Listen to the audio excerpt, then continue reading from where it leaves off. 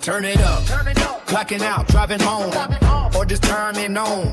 We got the remedy for the daily grind, Monday through Friday. 3:30 to 5:30 EST. Get ready for the shift. It's the Taz effect. It's the Taz effect. Changing up your view, bringing news, history, and commentary to you. 2 hours of power, 5 days a week. It's the real talk and the truth that you see. Yeah. Tune your dial, clear your head. Listen up to what's being said. Yeah. Kick it off on mutual aid Monday. We're giving back. Helping the community. You're staying on track. And Tuesday rolls around and the studio gets blessed. It's Talk About It Tuesday with the smoking hot mess. From the middle of the week, we're leveling up your brain. Prison Wednesday is here to break the mundane. Surprising guests who enhance the whole world. Watch the knowledge and the stories get unfurled. It's the Taz effect, changing up your view. Bringing news, history, and commentary to you. 2 hours of power, 5 days a week. It's the real talk and the truth that you see. Now Thursday hits and the lines open wide. No placeholders here, nowhere to hide. Think about it Thursday, yeah, the mic is all yours. Call in, chat live, let's open up the door. And just like that, the weekend's inside. We're wrapping up the weekend, we're doing it right. Fun News Friday is the ultimate news party. Coasting you into the weekend, feeling good and hearty. 3:30 to 5:30, making your daily check. Lock it in, turn it up. You just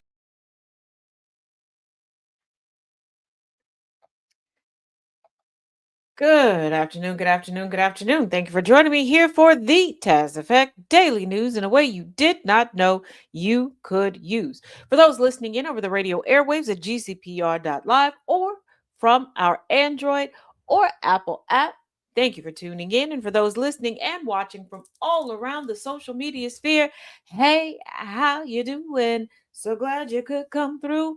Hey, Annabelle, didn't forget about you, girlie. Infernal Jay, what's up?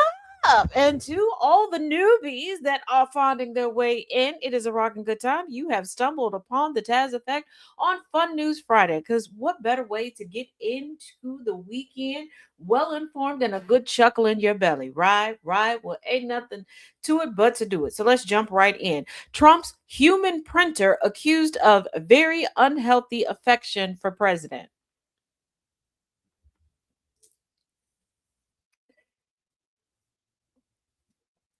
Yeah, but when I'm done here, Annabelle, I've got some cooking to do. So we'll chit chat while I do that. Secret Service reportedly considered Natalie Harp's attachment to Mr. Trump a potential danger to herself as well as the president. Now, some of y'all will remember Little Miss Human Printer from the Manhattan trial. Now, in this day and age, that yes, you can have a portable printer. She was carrying around a printer, printing stuff out. See, Trump called out for unhealthy relationship with much younger female aide. I know Caroline Levitt has to be punching the air somewhere. Now, did she catch herself a millionaire? Yeah, but Caroline Levitt is that she wants to be Erica Kirk. She wants to have a career of her own. And she's trying to take the Erica Kirk method, but with the older dude. And she doesn't have this Harp chick doesn't have to get out there and lie and diminish her credibility. No, nothing. She just tells Trump, you're a good boy. You mean the world to me. You are my everything. And he's like, yes, I am. Everything. What you want, girl? You got the world. Like, I promise you, if she, that's what we need to talk to. If she would just be like, now, Donnie, stop breathing. Oh, happy day. Oh, happy day. Oh, happy day. Allegedly. Human printer. Yeah. Yes. Human printer. President Donald Trump Sr. is being slammed for an unhealthy relationship with a much younger female aide. This is according to the Daily Mail.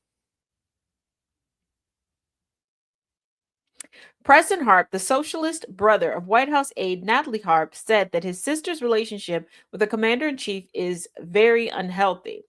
She is just like his fan club, said Preston Harp, who referred to Trump as a national embarrassment. Now, Preston, he's like, look, I tried to do the good thing and stick it out for the people, but this country has gone to poopy stank place far too much. Your boy packed up and moved to Nicaragua. And according to Mr. Harp, everybody in the family is estranged from his mother and his sister. He describes the both of them as extremely religious. We know what that means. Christian evangelicals. They're tyrannical. And they became estranged after their father passed away. And I don't want to put nothing on the mother-daughter duo. I really don't, because I don't know this family and I don't know the particulars. But given what's going on, the father passed away because he took his own life. He took himself off the census.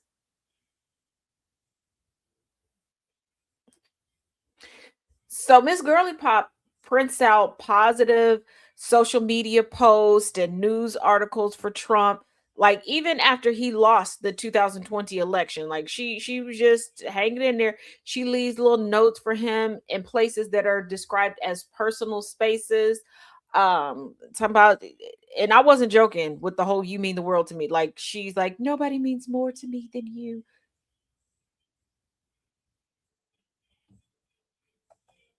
And before somebody goes, but he's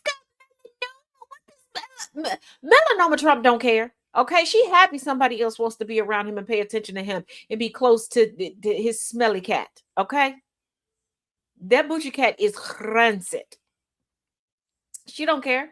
Have y'all seen the videos when they have to be in the same room together? Child, listen.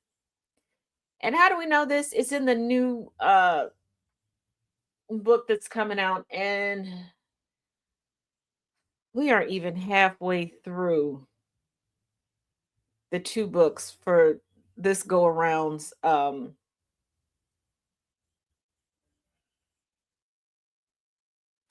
This go arounds learning through literature, but I guess we're gonna have to figure out when this book comes out how to work it in, because all these nuggets coming out. I know y'all want the scuttlebutt, y'all want the tea, and I'm gonna give it to you. I'm gonna give you what you want, even if we got to go through three books at the same time. We gonna make it do what it do, baby. We gonna make it do what it do. Yeah, she. Look, let me explain something to you, okay? For a short period of time, because my kids quickly were like, "This is not necessary, mom."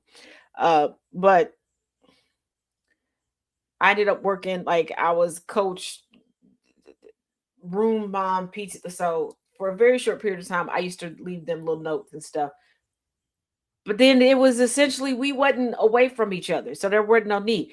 Let me explain. So I'm not leaving notes all through the house. Go, you mean the word to me? And I'm definitely not going to spend all my time scouring the internet looking for somebody to say a positive word to print it out. No, no,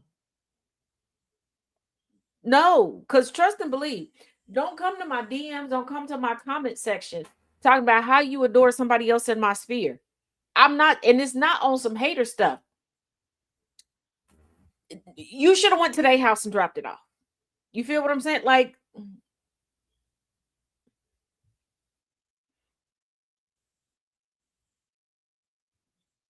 I give group session good vibes. Okay. And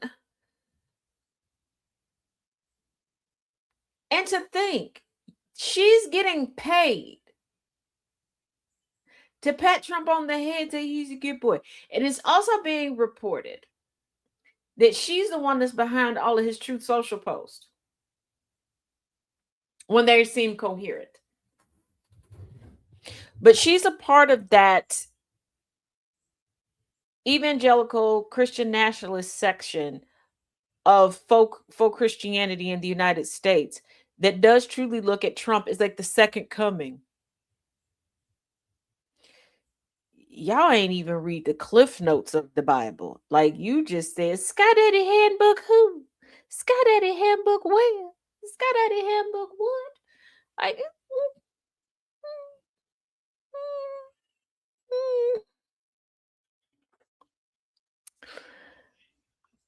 but but Trump ain't the only one, okay, with woman problems. Now remember yesterday, talk about people walking out on Trump's speech, okay, for his kickoff to the Freedom 250 celebrations, right? And we talked about how people were taking it as a snub to Laura Trump that Trump Sr. did not ask her to sing the national anthem that Turtle Patel's girlfriend was asked, right? Mm-hmm. Now let's roll back the clock just a little bit. Almost from the beginning, shortly after Turtle Patel got confirmed as director of the FBI, reports started coming out that he was using private, FBI jets to fly to her performances. Alexis Wilkins. And one time he was like, no, it's not like that. If that was the case, I would make all of her performances. Dude, that's not an excuse. But let Turtle Patel tell it. She do the dang thing. Okay. She just got a beautiful voice. And of course, people would just be clamoring to hear her sing. Now, I want you to keep in mind. Okay. I want you to keep in mind when somebody really feels like they're belting it out, like they're facial and they throw their head back, they like you know the motions, right? Now I want you to picture that. Like Sophia Petrillo, picture it. June 24th, 2026. Some bullshittery occurred in the dance hall. Y'all,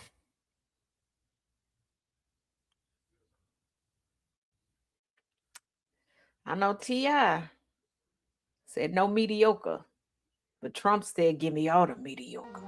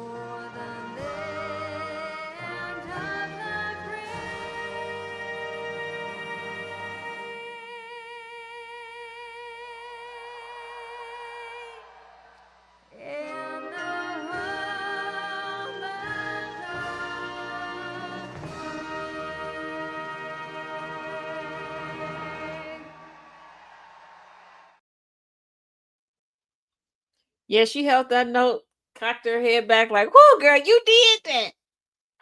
The Fergie performance was way better. You're right, Jay.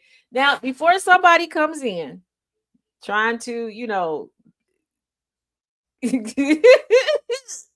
give quarters to the default damsel in distress, let me say something to you. Would that have been an appropriate performance at a high school? Absolutely. I'd even give it some colleges. Yes. For a performance of this magnitude and the versions of the national anthem that we've heard, let's just take it back. Let's just take it back to 2020 Super Bowl, Demi Lovato.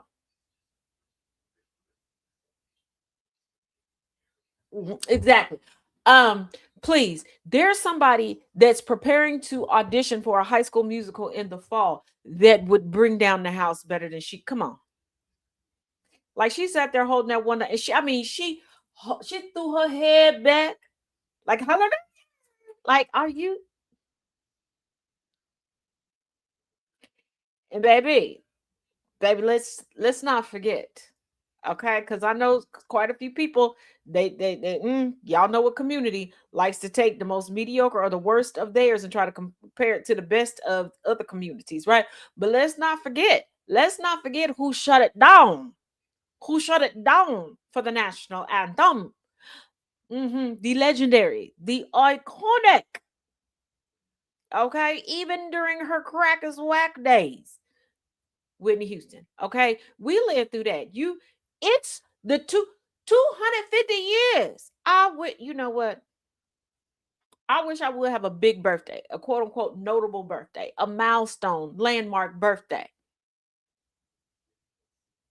And y'all get some mediocre heifer to come sing happy birthday to me. And no, I'm not talking about like, oh, this your friend, because we know that he's doing all these festivities for his birthday. That's fine. That's something you do at home around your kitchen table when you call your friend Kiki and you don't.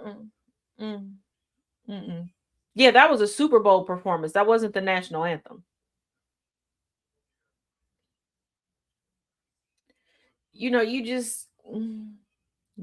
It was a cheap snack, but takes the edge off of just. Yeah, you're right, Annabelle. Um, it like so cash, cash, cash. You are the director of the FBI, okay? You ain't got to do all the stuff that you're doing. You know that, right? And this is the thing. This is the thing. You can tell when guys have been window shopping the game and don't know how to play the game, because Cash Patel is trying to maneuver like the guys in the manosphere, but the guys in the manosphere are poorly window shopping the real playboys, the real, I don't mind having a transactional relationship type of men. You're the director of the FBI. You don't have to chase this woman all over the place. Hey DJ, you don't.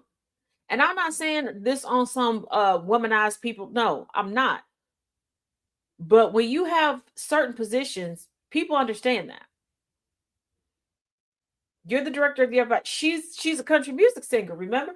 And it's funny that he keeps trying to say that she has this illustrious career, but every time he's going to see her perform, it's at a college campus. It's at a state fair. And I'm not knocking it. I'm not. Everybody got to start somewhere. Everybody got to start somewhere. But baby, that's like me sitting here telling y'all that we collect the syndication checks over here. We're not. Hell, we ain't even been around long enough to qualify for syndication checks, I don't think. But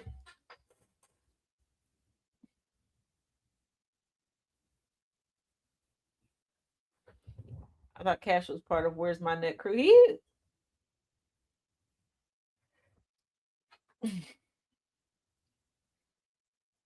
is. Why is he chasing a woman all around the country? Why is he trying to impress her? You're the director of the FBI. He's learned nothing from the NBA. And what do I mean? NBA players just sit back and let the fact that they're NBA players speak for themselves.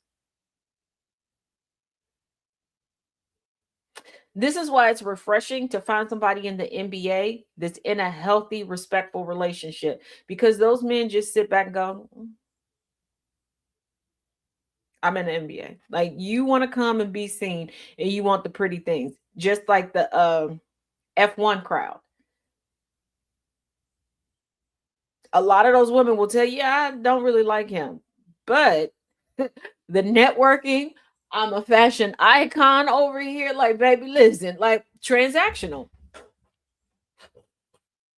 Where in the world is Mr. Patel's neck? I mean, he's a turtle. Yep, because harlots rain from the sky to NBA play. Yes. And harlots of a certain hue. I can tell you this. They're outliers to everything, but most black women really aren't trying to mess with an NBA player like that. If they are, that's somebody that they love. That's somebody they done fell in love with. White women, and I got a Patreon coming out about this because some things were leaked. I'm gonna give y'all the receipts. They have groups where they teach each other how to get a baller. When I baller, shot caller.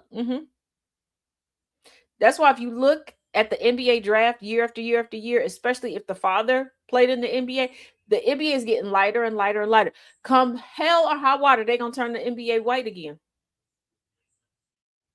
They are most definitely Quincy Jones affecting the NBA. And if you don't know what the Quincy Jones effect is, a lot of people also refer to it as the Diana Ross effect or the Sidney Poitier effect, where essentially a black family becomes white. The famous person or one person marries a white person, and everybody goes down the line marries a white person where that black family is no longer black.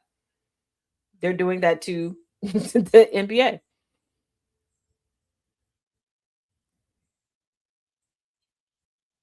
Yes. Because Cash Patel doesn't know how to play the game. He doesn't. He doesn't know how to sit back and just be the FBI director. Because I want you to think about it. Okay, I want you to think about it. There's a set of groupies for any and every profession. That there is. Trust me. Being a PK and being in a family full of clergy for as long as I have, baby, weddings, christenings, and funerals, you get to see groupies of all types for everybody. Okay, I've sat at funerals and seen groupies for mechanics. Okay, groupies for janitors.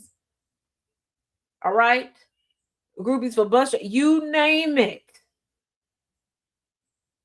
And there are people that, regardless of gender identity, that sit back and they know that somebody is going to drop it like it's hot because of the title that they carry professionally. Not so much the money, the title.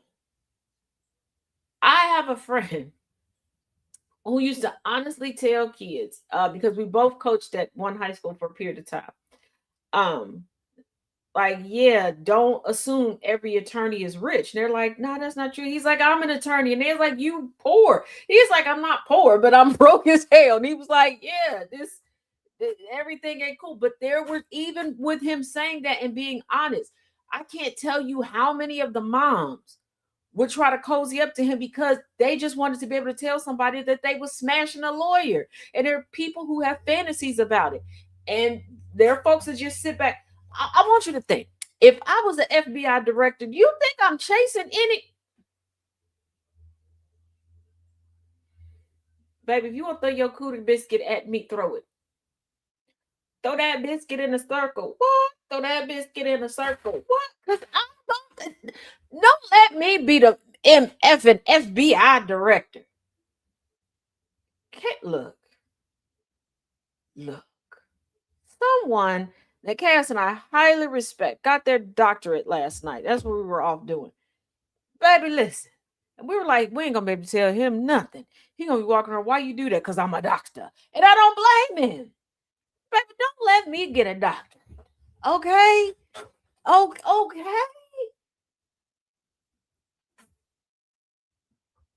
Think I'm flying around the I'm sorry. You can come to me. Why? I'm a doctor. I'm not chasing anything if I'm the FBI director. Exactly, twin. Exactly. Hey, Draken. Uh,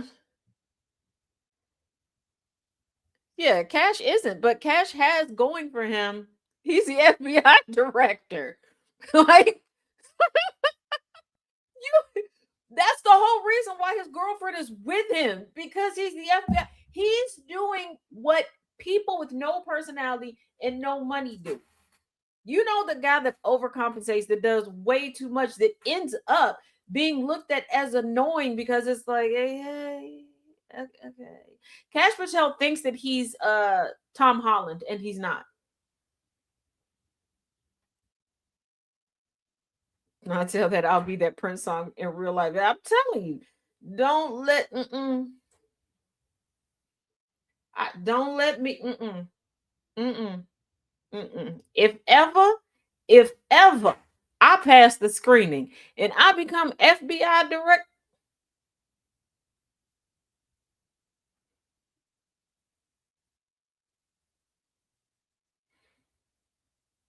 First of all, y'all know how easily I make friends, okay? So whoever is sec def, you know we're gonna get cool real quick, okay? Now, could you imagine snack time in DC? Oh, the whole city got to shut down, okay? We having citywide cookouts. Why? Because who could be angry or at war or trying to blow up and be a domestic terrorist when you're allowed to get a snack and a good nappy nap, okay? You can't be mad.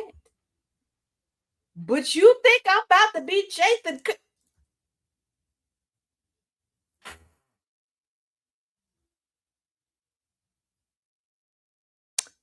No. There's certain positions you can have in life. You can just be quiet. You don't have to be personable. You don't have to be attractive. You don't have to be none of it. Just be quiet. Just be quiet. Hey, Tiny. Just be quiet. Mandy, I didn't take the giraffe. Because here's the thing. I'm going to tell y'all this. I'm going to give y'all some game.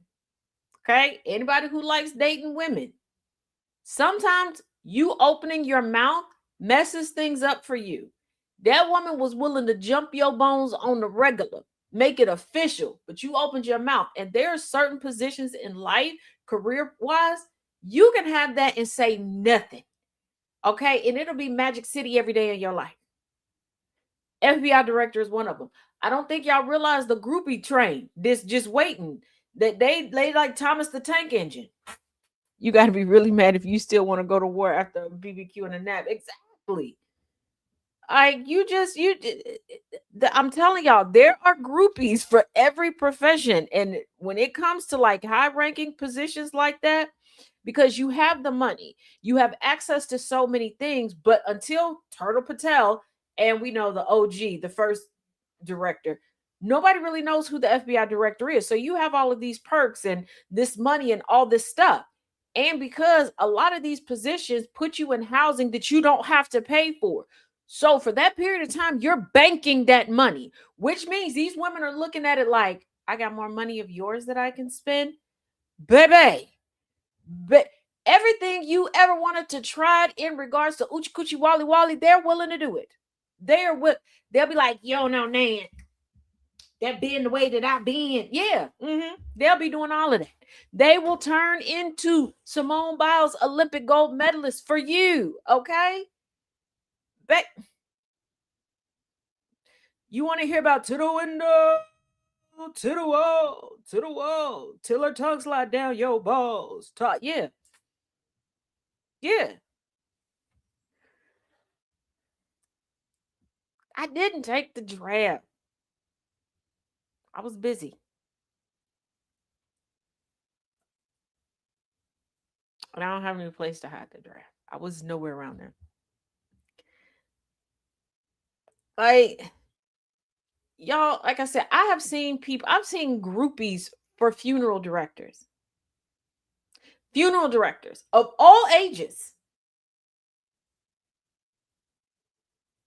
Okay, I can't tell you how many times I done busted somebody trying to bust it down on a funeral director at the funeral. There is a groupie for everybody. Cash Patel, he messing the game up. You can't be a pimp named Slick, backup pimp named Slick, back, and you using company like, come on, don't use the company. Like if you gonna be a simp, don't use company resources, because then everybody gonna know. Like you gotta be slick about it. Now there's something else we got to clear up. Okay, outside of the giraffe, which I did not take. I didn't. Okay. Mitch McConnell. I don't have nothing to do with what's currently going on with Mitch McConnell. I tried to find out what was going on with Mitch McConnell, but everybody that I know can't get one solid story. There's about 6 different stories floating around right now that people are being told. I don't know. I don't know. But here's an assessment by a medical professional. Okay, so we'll listen to him and we'll reconvene on the other side and decide what we think about it. But I don't have nothing to do with it. I didn't do it. Whatever it is. I may have wished it, allegedly, but I didn't do it. Okay. Where the fuck is Mitch McConnell? This is day 11 of Turtlegate or Turtle Watch. I don't know. I haven't settled on a name yet. He was hospitalized on the 14th, and here we are on the 25th. 11 days later, the last statement from his staff was 2 days ago, and they said he is continuing to recover, and he will not be voting in the Senate this week. So I think that this is related to something to do with the stroke. Either he suffered yet another stroke. All those times he's frozen on camera, those are mini strokes. So either he suffered a much larger stroke event, or because of his dysphagia, difficulty swallowing, he's aspirated on food or water, and he's developed pneumonia, and maybe he's gone septic. A drawn-out hospital stay like this, it almost feels like it involves an infection. He possibly has got pneumonia, gone septic, tough stuff like that. Or the stroke is so severe that he's so incapacitated that they're, hoping for some sort of recovery, but they're not saying shit. And fun fact, the number one cause of logging off for the last time for somebody like Trump who has frontotemporal dementia is the same thing, aspiration-related pneumonia. You've heard Trump talk the last couple months, and his speech sounds so moist, especially when he has to tilt his head forward and read something off of the podium. He can't effectively clear the spit out of his mouth a lot of the time. That's evidence of dysphagia, a degrading swallowing mechanism. Yay! So, yeah, he might be gone, and they're not saying shit. Thank you for your attention to this matter.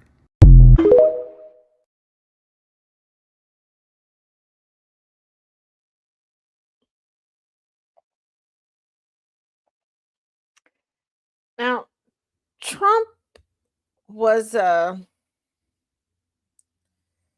giving a speech shortly before this show began. I was watching a little bit of it, out running errands, and I was kind of going back and forth, peeking in, right? What caught me at first, I was watching one stream. I thought the stream had froze. So I got out of that one, quickly found another one. I had a couple like in the chamber to go through because sometimes technical difficulties happen. Okay. And we know with this administration, they will get mad at somebody and kick them out the room. So whatever. No, there was no problem with the streaming. He looked out of it. I know we were making Weekend at Bernie jokes regarding Mitch and a couple other people, but it was giving somebody stood up a corpse.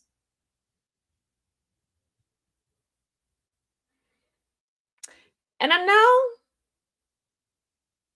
I have a skeleton, okay? Igor.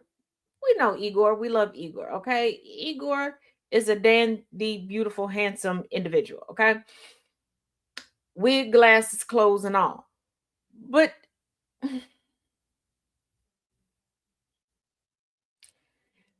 imagine me utilizing Igor in a way that it appeared that I thought Igor was living. That's how I feel that they're doing with Trump. Like, do you get what I'm saying? Like, he didn't say thank you for your attention to this matter. He did. You're welcome, Ash. Now, because it's Friday, I will keep it light, okay? And I want to get y'all in the lighthearted mood because this weekend we begin the anniversary celebrations for GCPR Radio. So what better way than Fun News Friday to start getting out? I have a Jason Voorhees mannequin. I don't judge. See, you get me, Mandy. Now you remember Neanderthal Green. I'm sorry, Marjorie Taylor Greene. Decided to quit politics.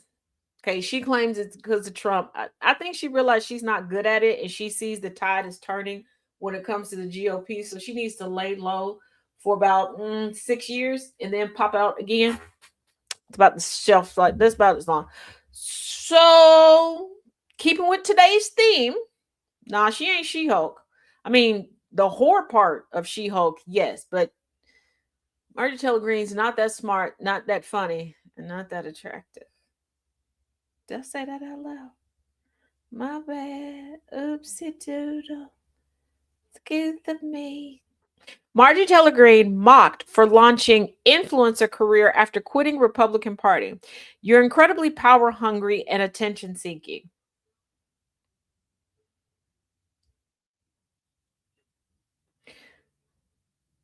I was going to say Marjorie Taylor Greene can be an influencer, but not me. But I don't think I quite understand what an influencer is. And I don't know what I would be influencing y'all to do. Snack, take a nap, go to the zoo, chill in the pool, snack, take a nap. Is that influencing? Would people watch that? I don't know. Just like I don't do get ready with me's. One, I forget to do it. I wanted to like do a get ready with me with y'all, but I forget. Number one, two, I don't know at what part to start the get ready with me because I don't want to seem vulgar and I don't want, too much of my skin on camera. You catch what I'm saying? I don't know. Like if I go to my friend Annabelle's house and we film like chilling in the pool, or like we go live, would y'all chit chat with us? I don't know. I don't know. And a smoker and ribs in the freezer. Right. See, that's what I'm talking about. Okay, DJ. Okay. So I guess I get okay. Well, yeah, Mandy, but I can't talk about that right now because technically I'm in timeout because somebody doesn't believe that I did not have anything to do with the draft, especially with all of my extensive knowledge about drafts. So there's that. So Marjorie Taylor Greene has been ridiculed online, seemingly trying to become the next big YouTube influencer. This is according to Radar Online. The now former member of the Republican Party has just launched her own weekly show, which she titled Life with MTG. But President Donald Trump Sr.'s MAGA faithful has already vowed to tune out.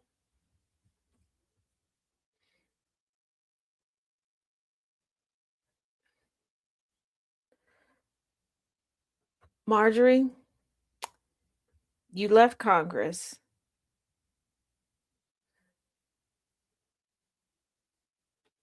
And you've been using your universal health care to go over to Mexico with the people that you claim was filthy, disgusting animals.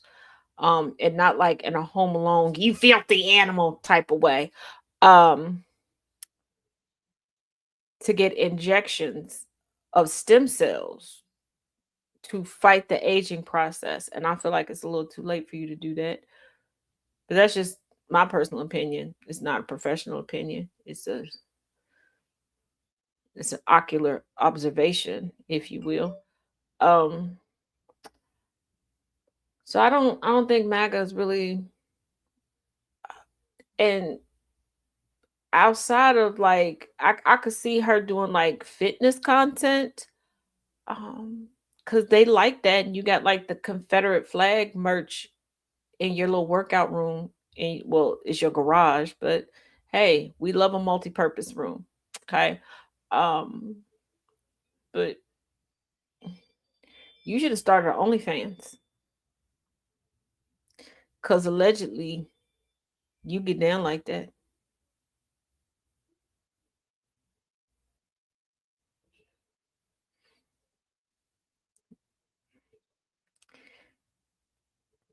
But I don't know who.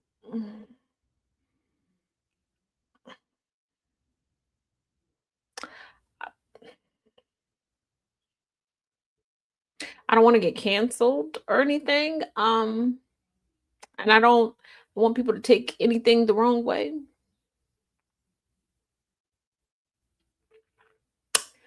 But Marjorie, um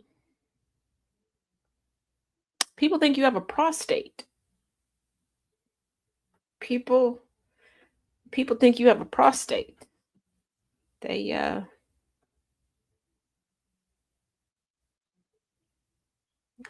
don't think your undercarriage is an innie. They think it's an Audi. They they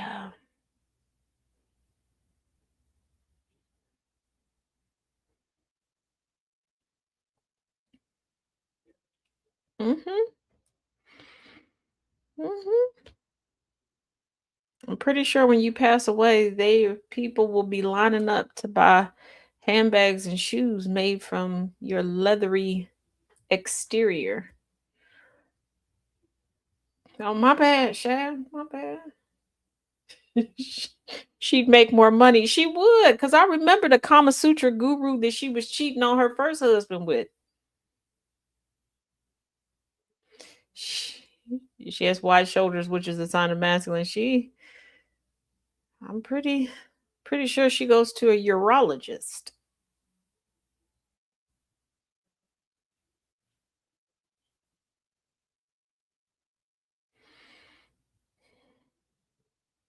Pretty sure Boochie Cat hates to see her coming.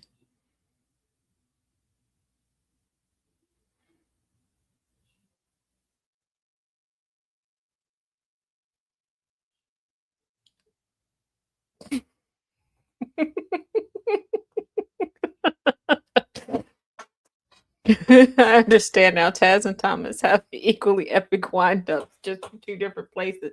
Yeah, I'm short. That's why. Takes a little time for me to get it up there to y'all. So Green, who was once loyal to the president but turned on him after long delays in releasing the Jeffrey Epstein files, recently announced she is done with the GOP completely. Can we finally be honest? She didn't give a she didn't break up with him because of the Epstein files. And yes, I said break up, and yeah, I meant that. Um, it didn't have nothing to do with that. Marjorie Taylor Greene, y'all remember, because Tazi Farms members was using her own money to follow him around the country to be at all of his rallies. She was on the tarmac every time that man landed. She was there. She was putting her whole chest on the line. But pause. Okay. To support him. He didn't nominate her for nothing. Diddly squat. Okay. He didn't even say, hey, you could be one of the secretary, you could be a part of the secretary pool at the White House. She'd be back on their good side or bad side, depending on how you look at it. Twin, exactly. No, there are other women that got appointments there, and you got to think, Trump wants loyalty above all else. He wants loyalty above all else. Um,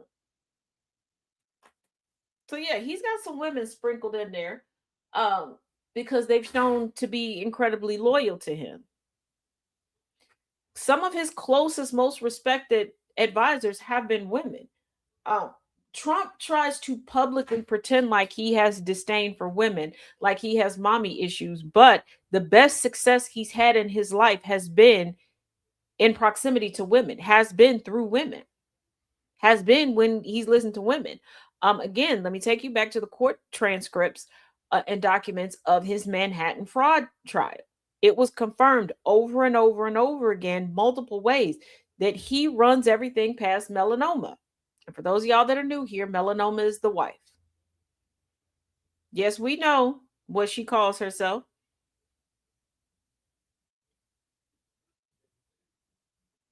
She's a skin cancer to us all. Melanoma. So but child, look, it this week I really didn't even have to try hard to find news that I knew would make y'all chuckle or just lighten you a little bit.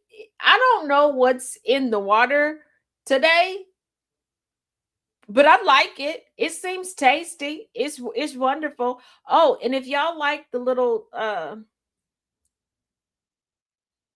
like Bahama Mamas, Blue Mountains, like they're like the little pouch drinky drink slushy things that you put in the freezer. Walmart has them like $1.98. They're under $2. We'll just say $2.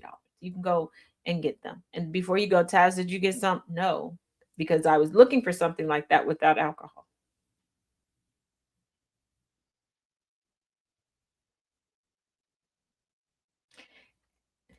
And because I just wanted nice slushy refreshment, I think that I would forget that there was alcohol in it and be passed out somewhere. Yes, I know America's crazy. Trust and believe. You don't do the news every day, multiple times, and not know. But y'all, Thomas Massey out of Kentucky points out the irony of Trump's voter fraud bill obsession. Thomas Massey is a Republican. He has called Trump Sr.'s demand for passage of an election security bill, I'm going to quote him right here, a distraction from our real problems. I'll vote for the SAVE Act, but I think it's a distraction from our real problems. I think it's ironic that we control the House, Senate, the Supreme Court, and the White House, and we're yelling election fraud. I mean, we won all the damn elections. Let's go walking after midnight out in the moonlight, just like we used to do. Melanoma in the stoma. Now,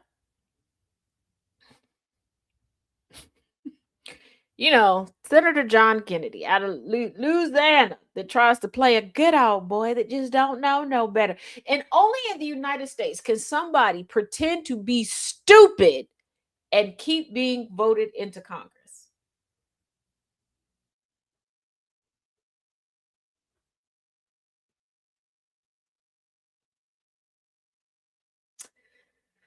The employment options for white people are astounding because I promise y'all, if I pretended to be stupid, nobody would know. GOP senators tells Fox News Trump came in smoking hot at a cluster F meeting, like an episode out of Euphoria. Yeah, that's what Kennedy said. That's what Kennedy said. That's what Kennedy said.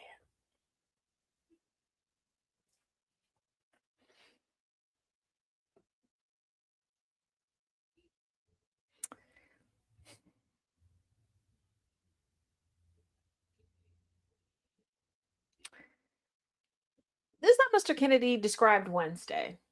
What was Wednesday? The start to the Freedom 250 celebration.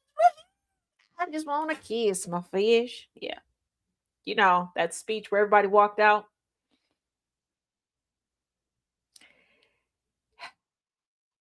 You want to know one thing about racist in episode Euphoria? Yes. That's what that. But when I specifically say there's no creativity in white supremacy, that they have not updated their playbook, their handbook, their talking points ever. This is what I mean. Because have you not noticed that racist/white supremacists keep talking to all of us as if we don't have cameras everywhere? As if we don't have the ability to within moments speak to one another and verify things? They're still talking to us as if it's 1602. Where most people are illiterate. I mean, that is the case now, but go with me. And it would take months, sometimes years, to get correspondence from one person to the next. When there was so much telephone game happening that things would get skewed.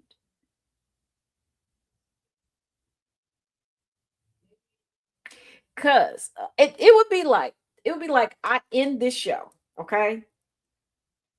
And then I call a few people who watched this show and go, didn't you just love it when all of the Gators came in and tap danced behind me? Wasn't it just beautiful?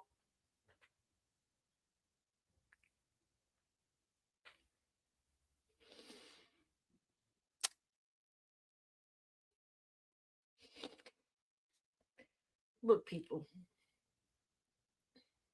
I know that some of the most endearing characters of your childhood, of your adolescence, hell, maybe even your adulthood, weren't all that capable in the smarticle particle arena. Okay. Sometimes They were the slow mental racers to the end of the race, but they got there. Okay, talking about your Forrest Gumps, your Gomer, okay, your Shaggies and your Scoobies. Okay, but underlying all of them, even Barney Fife, there was, their own brand of intellect, of smartness.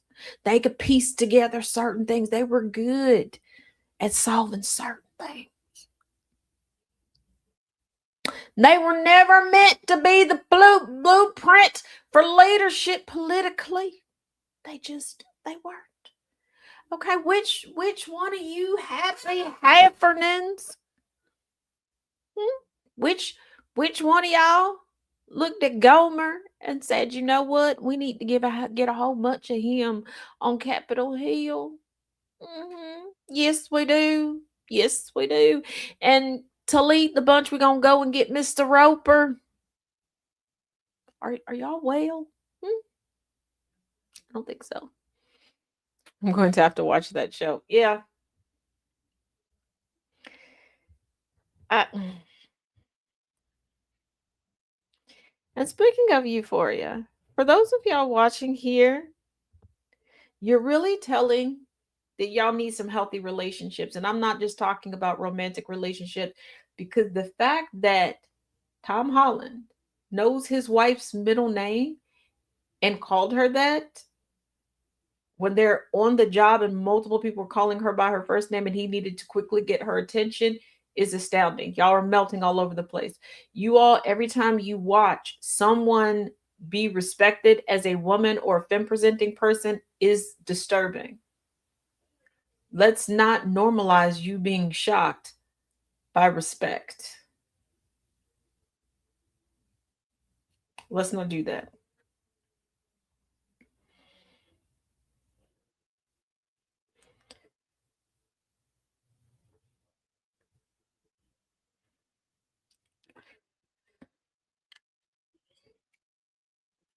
Now, it's not funny, but I do have to give y'all an update. It has been declared a mistrial after a jury deadlocked in the arson trial over the deadly 2025 Palisades fire in Los Angeles. 10 of the 12 jurors insisted that Jonathan Rendernecht, 29, is innocent. Judge Ann Huang quickly set an October 19th retrial date and ordered him to remain in jail until then. If you remember, this is the young man that is accused of sparking last year's deadly Palisades fire. He was charged with federal arson. Mr. Rinderknecht pleaded not guilty to starting one of the most destructive wildfires in California history, and he feels encouraged that so many of the jurors found resoundingly that the government's case was not strong and that they did not have enough evidence to convict him.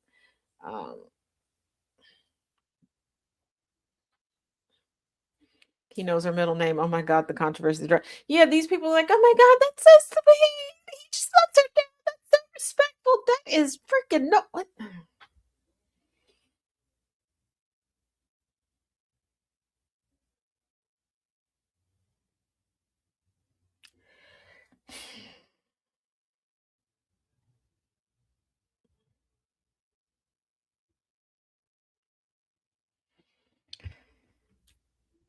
Also, conservative. Now, some of y'all may have forgotten.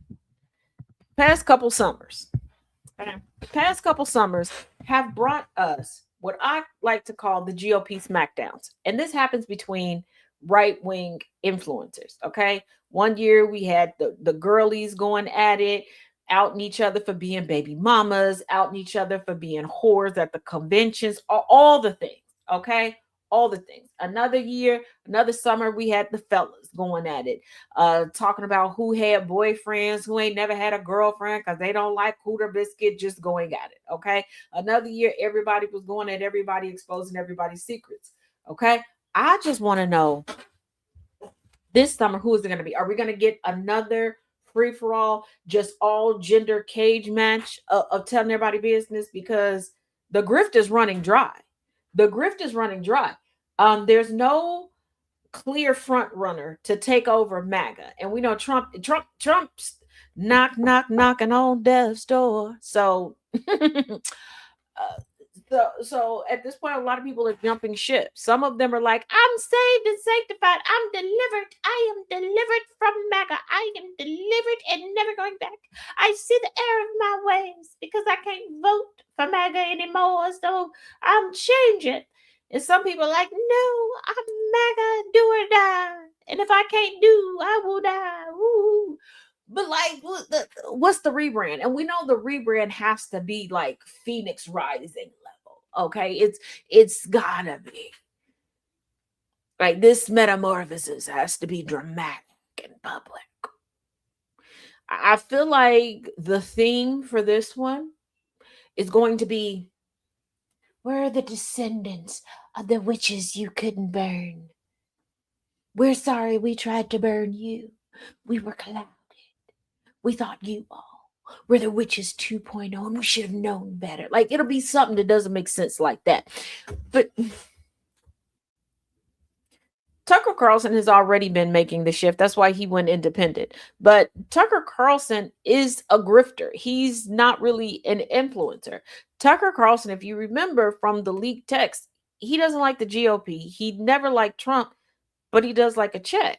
And that goes to show you how dependent the wealthy are on other people's money, because he's part of the Hines family.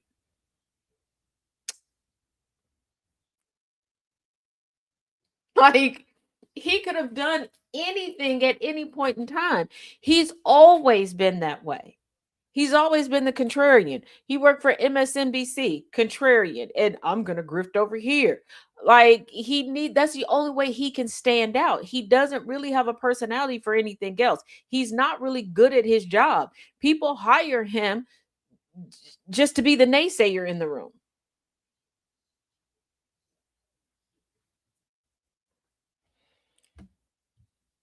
I mean, now, Caitlin Collins shot back at Scott Jennings after he called Trump's latest rant topic a non-story. What was the rant topic? Gas prices. Isn't it amazing? It's always a non-story when it comes to Trump, but it is a you better pick it apart story when it comes to everybody else. There was a point in time there was a long time, I should say, that people went out of their way to be very careful and very elusive with their language, almost poetic, if you will. Well, more so in creative verse, to have a bit of plausible deniability about their racism, and also to get you to go along with their racism. They couldn't be overt about it. They would, they would speak to you in a way where you're like, you know what? I'm on your side. This might hurt me a little bit. I'm on your side, because that was beautiful and inspiring.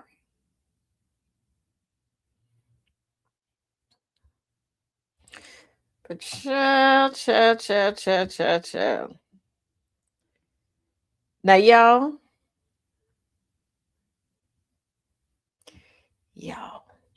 it's Friday. You know what that means, right? You know how we get down with the get down on Friday, right? Okay. Now, because it is still Pride, we're going to play our little jingle jangle.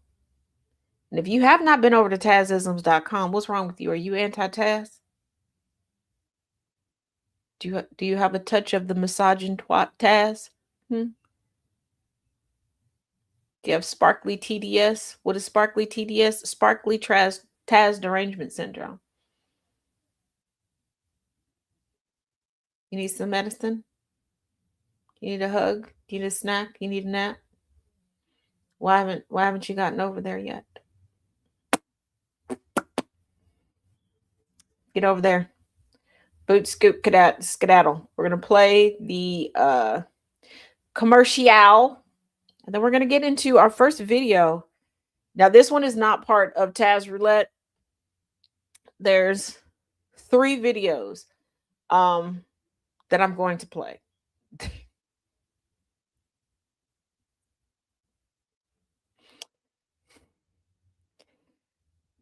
They were overwhelmingly sent this week, not necessarily each time for consideration for today, but I had to share them with y'all. So here we go. And take this time, turn the volume up, go refill your cups, refill your snacks, wash your hands after touching your cooter biscuit. I don't know what y'all do when y'all listen and what y'all watch, but y'all send me this stuff, so I don't put nothing past you. So here we go. See you back in 2 and 2.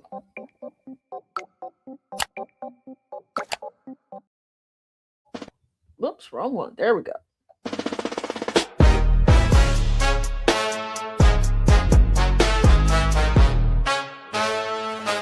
Tazisms.com.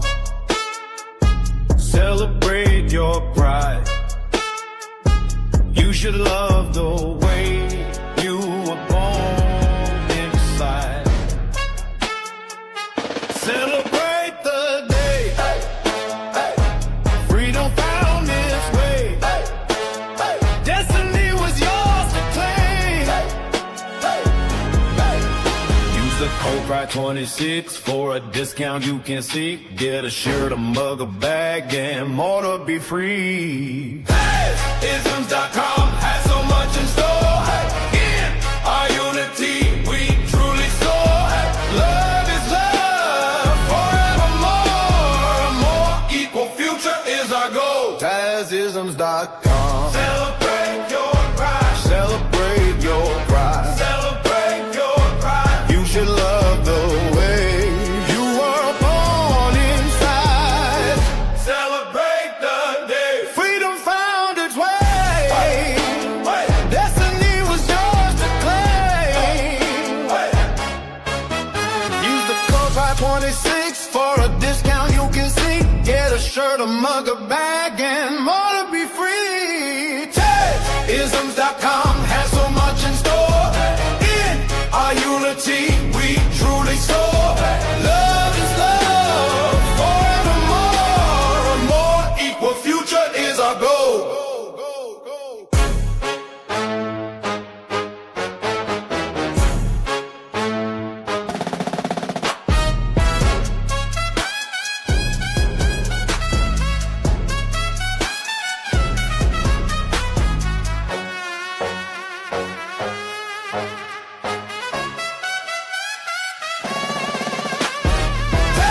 Isms.com has so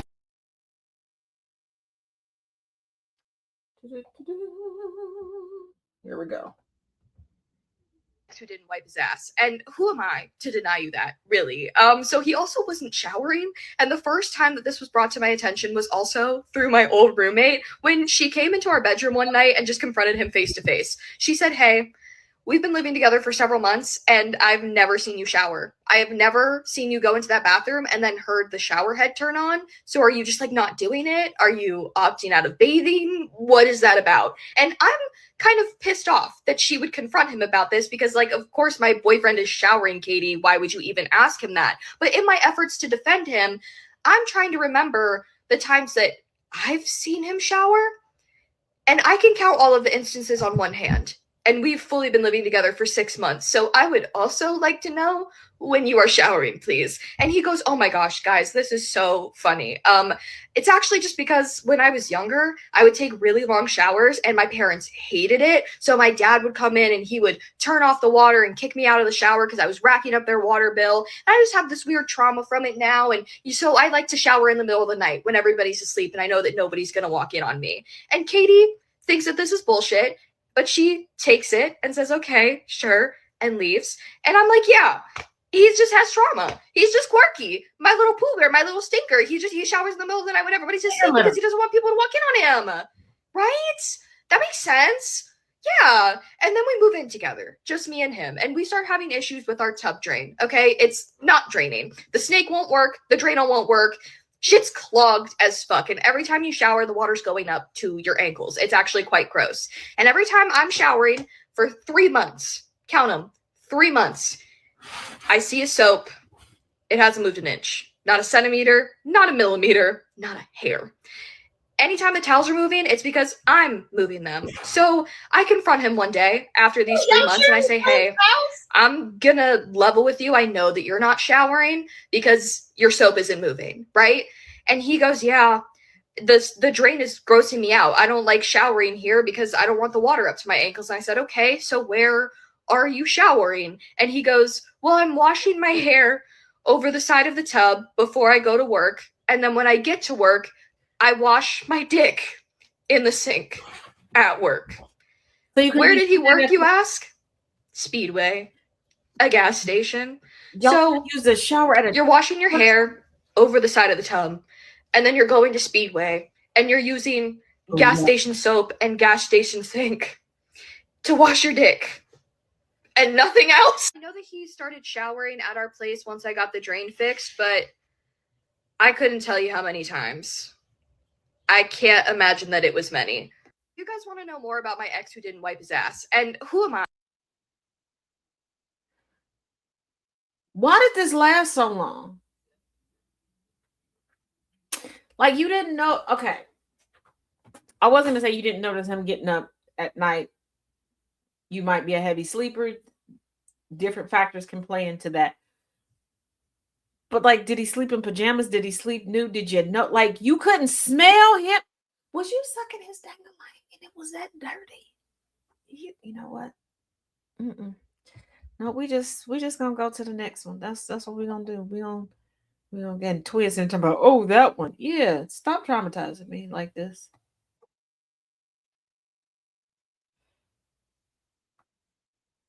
Hold on, y'all.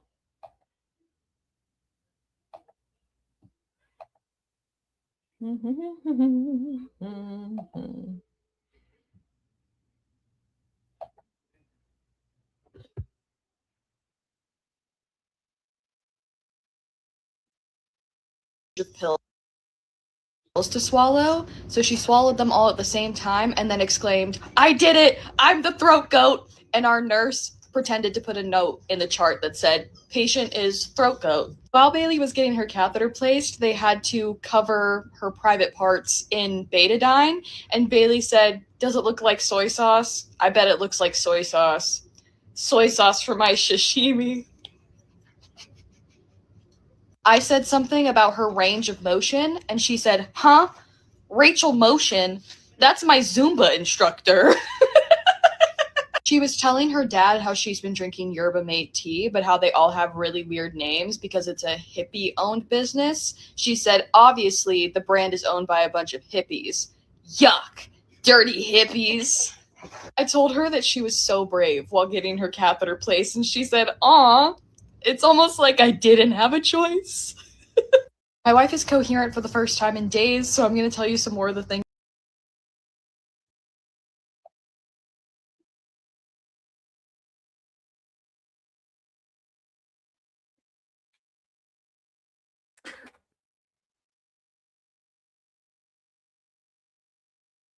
Didn't you notice the boy butter buildup? Hey, I have questions and they're all horrible. We all have questions and they're all horrible. I wonder way too often. Way too often.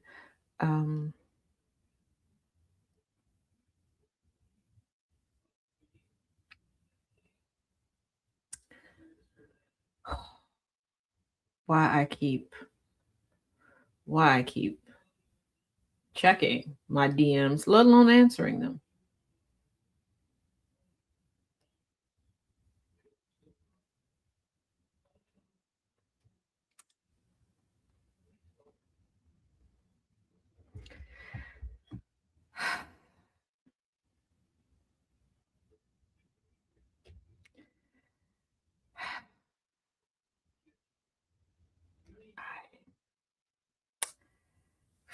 Okay, you know what?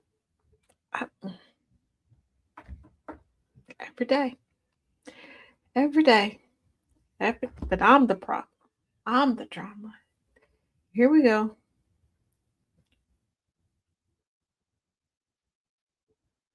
What freaking parallel universe? She put what in the spaghetti? Good morning. You want to talk shit?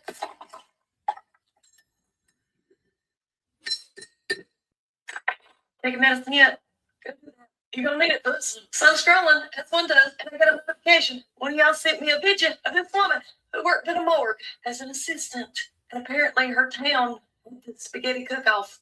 She took the man junk off of a cadaver and put it in her spaghetti recipe. She won. She was laughing her tail off in her mind with every single bite that them people was saying. Could you imagine looking down from heaven or from you know where and realizing that you got your testimonials cut off to turn to a spaghetti recipe? This has me so discombobulated. My hair won't even stay in the pen. I know it's usually down, but I was in a pool yesterday and it's all types subjective. What else did she put in there? Gives a whole new meaning to meatballs. Shut up. That was funny. Anyway, I got shit to do today. I hope everybody has a good day today.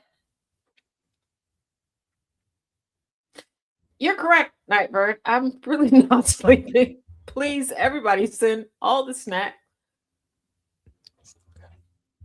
All How right, does you one- gotta admit, that one was disturbing, but it was funny. It was disturbing. It's like when I extremely watched disturbing. it the first time, because I believe you sent it to me, I was like, okay. The amount of people who sent this to me this week, I almost started blocking people because I was like, what am I putting out into the world that this many people are sending to me? Because it was people that I don't think I've ever DM'd before. Like, this was in my message request. Listen, the simple fact that it popped up on my For You like days before you got that message, I think it's something I need to curate with my algorithm, because I keep that shit pops up for me, And my algorithm and is the rule already is, shit. we all know the rule. If I see it, everybody got to see it. Yeah, but And let's remember, that the rule applies to everybody. my current account isn't even 2 weeks old. How is the algorithm this screwed this quickly?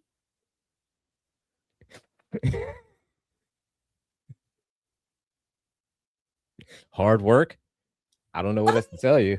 I mean- have been so careful to not do what I normally do when I can't sleep, and just because a search bar hates to see me coming. I have been going to other apps and taking my searches there. Hey, what's up, Dragon? What's up, Infernal? And I just I've had a wild week of doom scrolling. I'm not gonna lie. I've had quite a wild week of just shit that's just popped up. First of all, let me catch everybody It's just up it's on something. my personal shenanigans. Okay, last Sunday kicked it off with my daughter, the oldest one, for whatever reason, sitting in Sunday school. She's like, you at church? Yeah, I'm at church. Like, you okay? Do you need me? Like, I'm ready to get up and go in the back room and get on the phone with her. Like, what's up? She's like, oh no, just checking, making sure you ain't in these streets on this good Sunday. Man, when have I ever been in these streets? In these streets. So yesterday, again, Oh, shit. she sends the popping eye emoji to me, and then question marks. And then she goes, "Oh, never mind. You're at church." What? Yeah, where else would I be? She's like, just making sure you ain't for these streets. So I said, I'm an adult, okay? So I'm like, you know what? Just say, I got a picnic this weekend. Sure. Okay, that's fine. That's cool. Wait a minute. So hold up. Is the street? Is it Sesame Street? I don't know what street she thinks I'm supposed to be in, but I mean that be don't if talking about you in the streets. Yeah, that'd be the only streets I would say. You said. Yeah. Now I had to run some errands today before the show, right? I get back. She calls. I'm setting up the links and everything for the show. She goes, "Oh, so when did you become for these streets?" So you was here. What took you so long here? I couldn't find what I was looking for. Why am I explaining myself to you? And then she hit me with the, and I told your father and your brothers what you've been up to.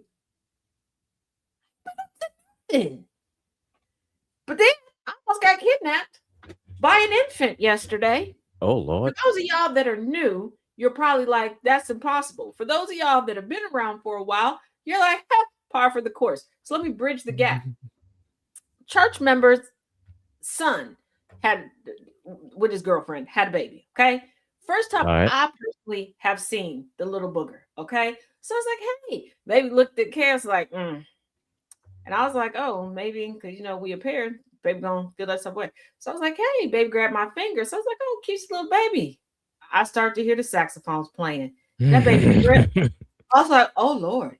Oh, Lord. And then his uncle had him. So his uncle started to walk away. So I'm like, okay, this baby's going to let go. No, this baby looked at me like, I like you. I want you. You're coming with me. And he was strong, not strong, strong. And I'm like, okay, wait. So that's a whole different level. That's a whole different level of strength. We're done. We're getting ready to leave. Baby sitting outside, okay? His aunt now has him. Baby straight up. Man grunts at chaos. Like, I'm gonna take your girl. I don't care. So I'm like, I'm gonna say goodbye from a distance because I'm afraid. Yeah, and he kept like turning around trying to take me with him. Like they were trying to put him in the car. So, hold up. So Chaos met I'ma steal your girl. Yeah, Inferno. But he meant the baby version. I'ma steal your girl. Yeah, this child was not a toddler yet. When I say infant, I mean infant. Like he can't walk yet. This is why weekly I reevaluate my existence. No giraffe on Sesame Street. Mandy, I told you I didn't take the giraffe. All right, you say so. And then Chaos, before we left yesterday, he sit me down on the couch. He was like, I need to talk to you. I'm like, what did I do? Like fresh off the show. I was relatively well behaved yesterday. He holds up the video. Did you do this? No. Do you know who did? He's like, the simple fact that Chaos sat you down, he was like, look, did you do this? Like it seemed like he was willing to like have my back. Like he wasn't gonna turn me in, but I was like, no. Look, I just need to know that I'm not gonna turn you in, but I need to know. I was so like, that way I know. That way I'll look stupid. Yeah, I was like, I've been here. He's like, I've been gone for a couple hours. Giraffe was missing in a whole different state. And just so y'all know, I have to get a new ID. Okay, I have to get a new ID, so I can't fly or nothing right now. I can't do nothing. And before you go, Tez, weren't you supposed to do that around your birthday? Yeah. Do you want to know who had a copy of my birth? Well, I was crossing my fingers that he had a copy of my birth certificate, so I wouldn't have to leave to go get one. My dad.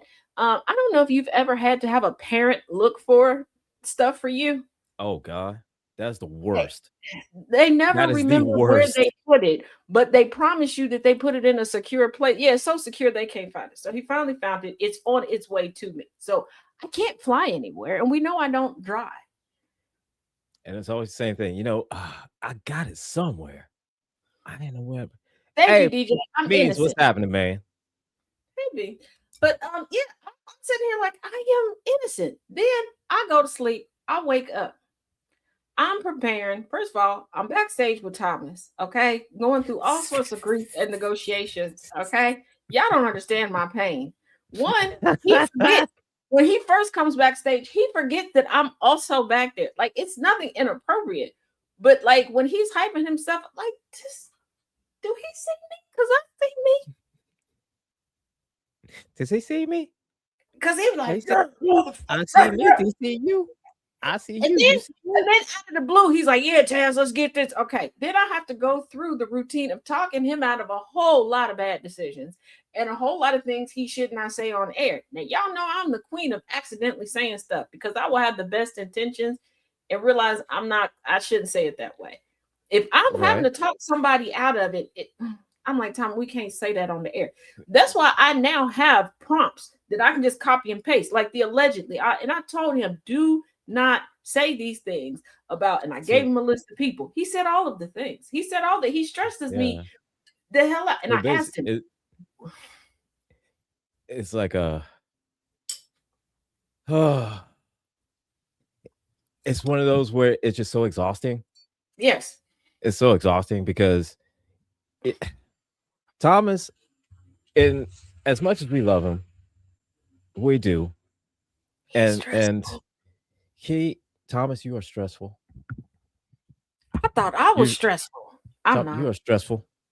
You made some bad decisions. And here's the thing, I haven't even had coffee yet.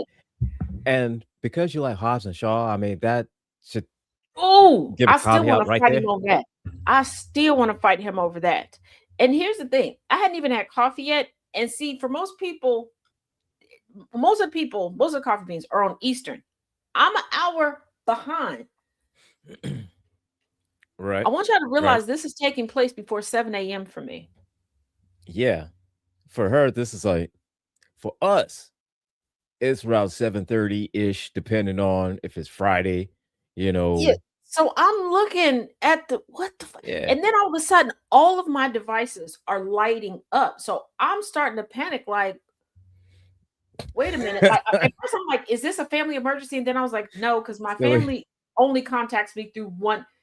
Well, minus my two nephews, but they're both, one is blocked. The other one, he likes to mess with his brother. Like, I can speak to TTE, you can't. And he runs off in his room and closes the door and talks to me. But I was like, wait. And then I thought, wait a minute. Day, the first time I said F word. Yeah. During the times I wasn't supposed to say the F word. But when my devices lit up, I was like, did it happen? Is he gone? So I'm excited. I'm looking. No. It's all these DMs of people going, what'd you do with the giraffe, Taz? Where's the giraffe, Taz? Because that's exactly and then right I told that's right up your alley. Of telling the simple Thomas, the simple fact is that Chaos sat down and asked you, was like, did you do this? Yeah. What makes it even worse is Thomas, I made the mistake of saying it out loud. And I was like, Thomas, no matter what anybody said, I didn't take the trip. He goes, I believe you did. We're going live. And I don't know if it caught, because you know that split second from when you hit to start everything, and then when it does, he says, Taz took the giraffe, y'all. I'm afraid to go back and look at the beginning because I don't know if it caught it or not. Because this is a toss-up. Well, see, here's the thing. If after you hit it and after you hit to go live, he said it after it went live and the whole 9, right? Did he say after that? No, he said it as it was hitting. You know, I'm talking about as it was going. As it was going. Sometimes it's a toss-up because I've done that, and sometimes it'll catch it, and sometimes it won't. And I'm like, Jesus Christ. So that's why at the end, I just preemptively was like, no matter what he says, I did not take the giraffe. And that's why I also had to say, whatever's going on with Mitch McConnell, not my fault. This is not a good week for me. You say. Hang on. I'll be back in a second. I got a delivery outside I got to get. So. Alrighty. Would you tell the story of the giraffe already? Okay. Annabelle, there is a giraffe that is missing. Okay. It got out of a zoo, of an enclosure.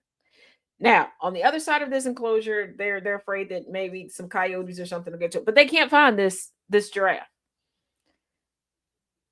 Everybody was notified at some point yesterday that the giraffe was missing. I don't have the giraffe.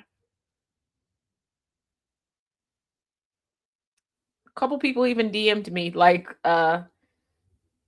if we check your, they said if they check my online orders and found out that I ordered a pallet worth of Clubhouse crackers, they're coming to my house. Yeah, I'm practically trying to hit local places first. Right? See, look. First of all, there is actually two particular giraffes. If they went missing, yeah, probably me. Probably be. But they live at the Cincinnati Zoo. We've talked about those two giraffes multiple times. Those are the two giraffes that I try to go visit as much as I can. And we chill and have crackers together. Yeah. I mean, the proof is a multitude of videos of me talking about rehoming other animals into my home. But there wasn't wait, was it a giraffe? It wasn't a giraffe from California. Yes. Does I have a pickup and a trailer? You want to go save it? Yes. Yes, I do. Taz allegedly doesn't have a giraffe. I don't. I would save the giraffe. I would. But let's not forget. Um, there is an Avengers villain. That's what I call him. Y'all know him as Aquaman or Dave the Viking. They said that he would help me, but we have to start small. Like with an animal that could fit in my purse.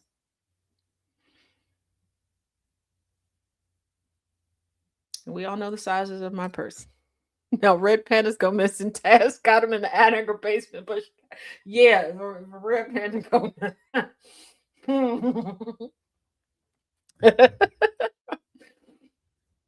Yeah, yeah, yeah. I would more than likely have it.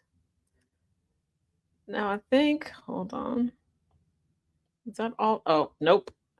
Okay, we got one more before we get to the roulette. Oh, shit. I don't. Okay, here we go. Oh, yeah, that's what that is. Wow, you good? What the hell are you doing? I'm not fucking good. I was just violated in your bathroom. Those gunshots? What are you talking about? Also, why do I want a shiesty to use the bathroom? I want a shiesty while I'm in the bathroom so I can feel protected while all my bitch is out. But nothing could have protected me from what happened in there today. 1 minute I'm in a friend's house using the bathroom, and the next I'm getting transported as the guest of honor and a freak off, getting hit with the booty blast. Oh, you're talking about the bidet? Who the fuck is Big Day? You named it? You freaking and I thought. I told your mom, I said, don't let him go to college. He gonna go there, he gonna start experimenting, he gonna come back. Oh, what are you talking about? So who the fuck was Big Day? Was that your boyfriend up there? You named it after him? You be sitting in the bathroom like, oh, I like it like that, Big Day. Oh, Big Day, you know I like it rough. You fucking nasty. It's called a bidet. Bro, you dragging it right now. It's just water. No, it's not just fucking water. I swear to God, at one point I heard a whisper. You like that, Big Daddy? Right before it hit me again, okay? Oh my God. Just water. That shit came out with force and a little bit of anger. I don't know what you did to Big Daddy, but you need to go apologize because he's taking it out on everybody else, okay? You need to have a warning sign up there, some permission slips. They got to be signed by a parent or guardian. You sound like you about to cry. It's really not that deep. Who you calling? You and Big Day are going down. I need the CIA, the FBI, the fire A lot, bro. Bring everybody. Bring that little boy that they turned into a secret agent the other day. Bring him too. I need everybody down here, all right? I found the booty blast bandit, and he's been working with an accomplice, somebody named Big Day. I don't know if that's his real name or like a gang name, okay? But unfortunately, I'm his latest victim, and I am willing to testify. And they be yelling at me. Wow, you good? First of all, again, why do I keep answering my DMs? But bigger question is, what is wrong with y'all? Because y'all send me these videos specifically for Friday.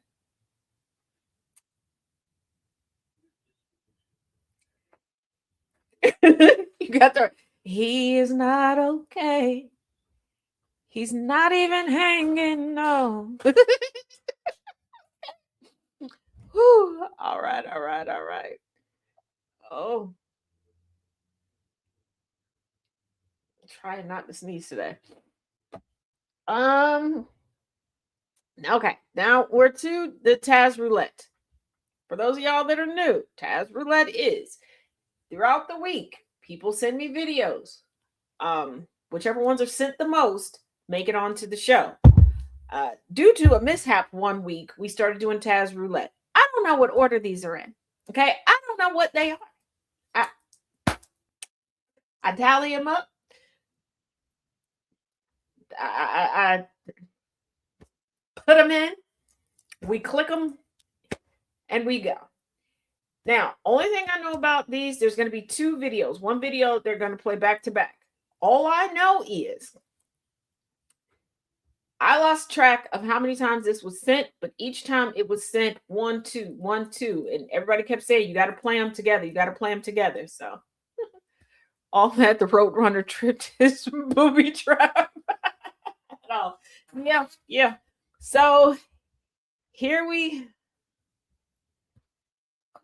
got to say the weekly prayer. Please don't let any of this result in me being fired. Even though my boss says that I won't be. Y'all be tempting it.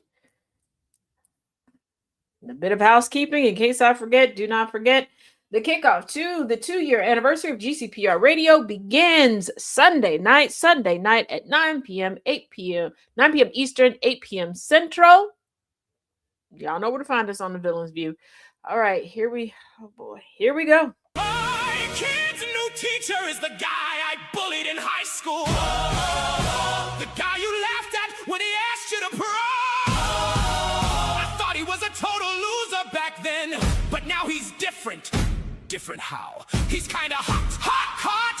Karma didn't just catch up, it gotta glow up. His voice was so much deeper when he called me to say Cole got in trouble. What did Cole even do? He called another kid a loser. The irony is generational. When I got there, the teacher said, I see the apple doesn't fall far right. Christina? I panicked and said, sorry, do I know you? The apple tree has amnesia. He said, I guess my braces were more memorable than my face. He had that comeback marinating for decades. He then said, we need a behavioral action plan for who? Christina, Cole, or you? I don't know. He just said we have to meet regularly. Why? To outline strategies for empathy and long-term consequences. Oh my God, he's not grading your son. He is grading your redemption arc. I survived the first behavioral action plan meeting. Did you take notes or did you take damage? I walked in and said, make this quick, I'm busy. Were you? I had laundry to fold at home, busy dodging responsibility. He said, listen, Cole is a brilliant young man with so much potential. What'd you say? I listened. You folded faster than laundry, but then he interrogated me, saying I should spend more time being a present role model. You're a single mom doing your best though, yeah. So I yelled, I'm single. What? Between fight or flight, you chose to flirt. I had a brain fart. Did he fart back? I mean, blurt back. He asked, where's Cole's father? Ooh, teach wants the tea. I said he's not in the picture anymore. The only picture that man's in is a mug shot.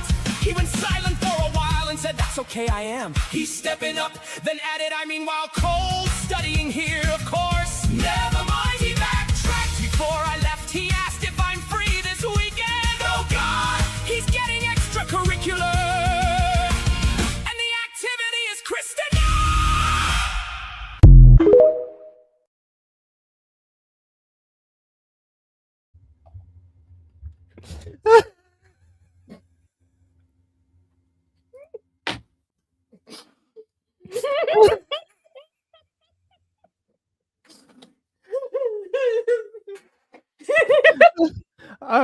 I am obsessed with those goddamn text messages that are turned into gospel songs. Those are so funny. Now, this one, listen to this just now. It gets me because I was in a similar situation. Not how y'all think. I was the teacher. I was the former classmate that somebody said was weird. Yeah. And here's the thing. I did not recognize the person. They walked in. Not only was I teaching their child, I was coaching their child also on cheer squad. And they thought that I was being funny because it's like, you sure you don't recognize me? No. When they showed me their picture from high school, baby, listen, I thought that they had plastic surgery. No, that's just how they aged. And I was like, Jesus, karma don't like you. But I kind of felt vindicated because I remember, once I remembered who they were, they told me that I wasn't attractive then and I would never be attractive. And I was like, and you'll never see my cooter biscuit. How's that? So that one really made me laugh hard because I was like, he's not great at Cole. He's great at your redemption arc. yeah. Like, did you fart back? Said, I'm blurted out. I'm single. The only thing the baby daddy's picture is on is a mugshot. Apple don't fall far from the tree. Lord. Oh my goodness. Oh shit. Just why? Just why? Okay. Ooh. I don't. Is this? Oh yes. I don't know what this is. I want to say that is this person singing? I don't know. Don't trust me, y'all, because I've only gotten one of them right. So I don't know. It looks like somebody that would be singing. I don't know, but I also can't see. So there's that. Here we go. You look like you eat Snickers upside down so you can feel the veins on your tongue. I'm gonna make you a pallbearer at my funeral so you can let me down one last time. If you were half as smart as you think you are, you'd be twice as smart as you actually are. I'm beginning to see that your low self-esteem is actually just good judgment. Nothing brightens up a room quite like your absence. I don't know what's wrong with you, but I bet it's hard to pronounce. Anybody who told you to just be yourself couldn't have given you worse advice. I don't know what I'd do without you, but I'd sure like to give it a shot. If stupidity was a superpower, you'd be an Avengers level threat. Why don't you go outside and play a game of hide and go f*** yourself? Your presence is like a gift I'd like to return. It's amazing that you still love nature, despite what it did to your face. I have zero expectations for you, and you still manage to let me down every time. People like you are the reason the universe doesn't talk to us anymore. I bet high school was the best 7 years of your life. Let's play horse. I'll be the head and shoulders, and you can just remain as you are. Wait, if you're here, then who's in the arts and crafts aisle eating Elmer's glue?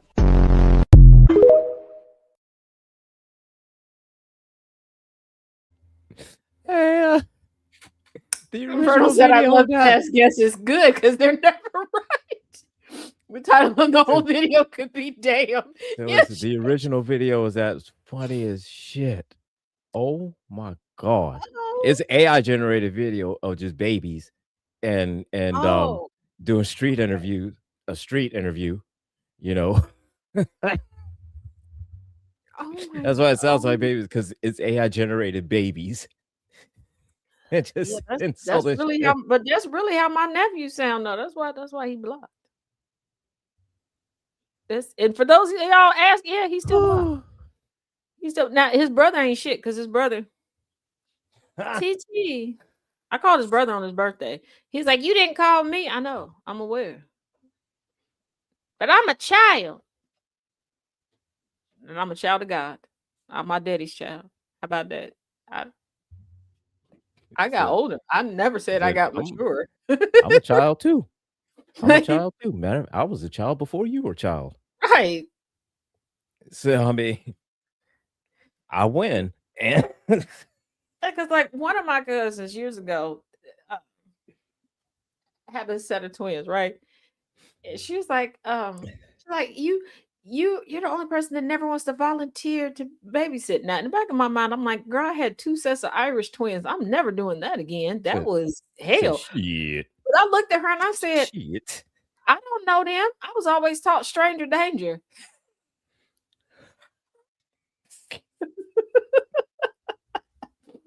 She just looked at me. I said, I messed up 4 times taking strangers home. She was like, 4 times? Yeah, my kids. She was like, strangers. I don't know them. They didn't know me. Strangers. I messed up. I took them home. It was a ride. I don't know why we decided to trust each other. So once they got home, once I got to my house, and I was like, well, shit, I can't take it back now. Like, and they took advantage of me trusting them. Do you know the things they did to me? used to beat me up, spit up all over me. A couple of them pooped on me. That's all kinds of abuse. That's There diabolical. should have been a number for me to call or something. I tried to go to a support group about it, but they were like, "Well, you chose it." Did I? Did I really though? But Because did I y'all though? made it seem like this wasn't how it was gonna go. Like I thought that they would have been grateful The, not to be homeless, but that was some entitled little and little bastards are entitled. didn't pay for nothing, didn't clean up nothing, just demanded. Said I'm just pretty sure they said some cuss words to me too. Pretty sure. But they did definitely go to my mama a lot to tell on me, and I couldn't really say nothing because, as y'all know, I used to go, well, till they died, I went to my grandparents about my parents. And before you go, but Taz, your grandparents died when you were an adult, and did. And I said what I said. I don't know why y'all thought that I would stop snitching on my parents. Did you think that my parents miraculously started behaving? Did you think I got like this by happenstance? No, it's organic. no. This apple didn't fall off the tree. If you look hard enough, you can see my daddy's branch up here, and I'm just hanging off of it. Said this was carefully curated. You do not understand the work that went into this. Yeah, Jay said got pooped on and didn't even get flown out to Dubai. Yep. And you know what's diabolical? I told my kids, I said, when I turn 50, for all the pooping and peeing y'all did on me, y'all should fly me to Dubai. They blocked me for 3 hours. I don't blame them. I don't. Like when they try to explain to their friends, like, because over the years, I've heard their conversations with their friends, like, oh, no, you don't have to worry about that with my mom. Their friends go, what do you mean? We put her on punishment. That's what, huh? Yeah. Said, wait a minute, how did that work? They're like, well, she tried to give us a whooping like a couple times. She broke down crying. She wimpy. But she's a handful. Like, we lost her a couple times in the store, and I'm still mad about that. I am still mad about that. I had a broken leg, and my kids got distracted. Say, what you know? Damn Sam's Club. Hey, where did Ma go? I don't know where you see her. I don't know where she. They had the cart, my purse, my phone in there, all of their phones. I was glad I was near a little sample lady. She let me sit in her chair. So did they go to page you? She has some bagel bite pizzas. Nope, because they didn't know what time my granny and my aunt were going to be going to the grocery store, and we all lived in the same area, and they knew that they were going to come to that Sam. So eventually, I guess they decided to walk up and down. So it's like, so we could take a chance, but we could take that chance. But they walked. But it'd be right at that moment. They came and got me, and I'm like, it'd be right at that moment that they call you. Oh. What happened? What, huh? What are you talking about? Yeah, because my granny didn't care. I heard you call your mama over the loudspeaker.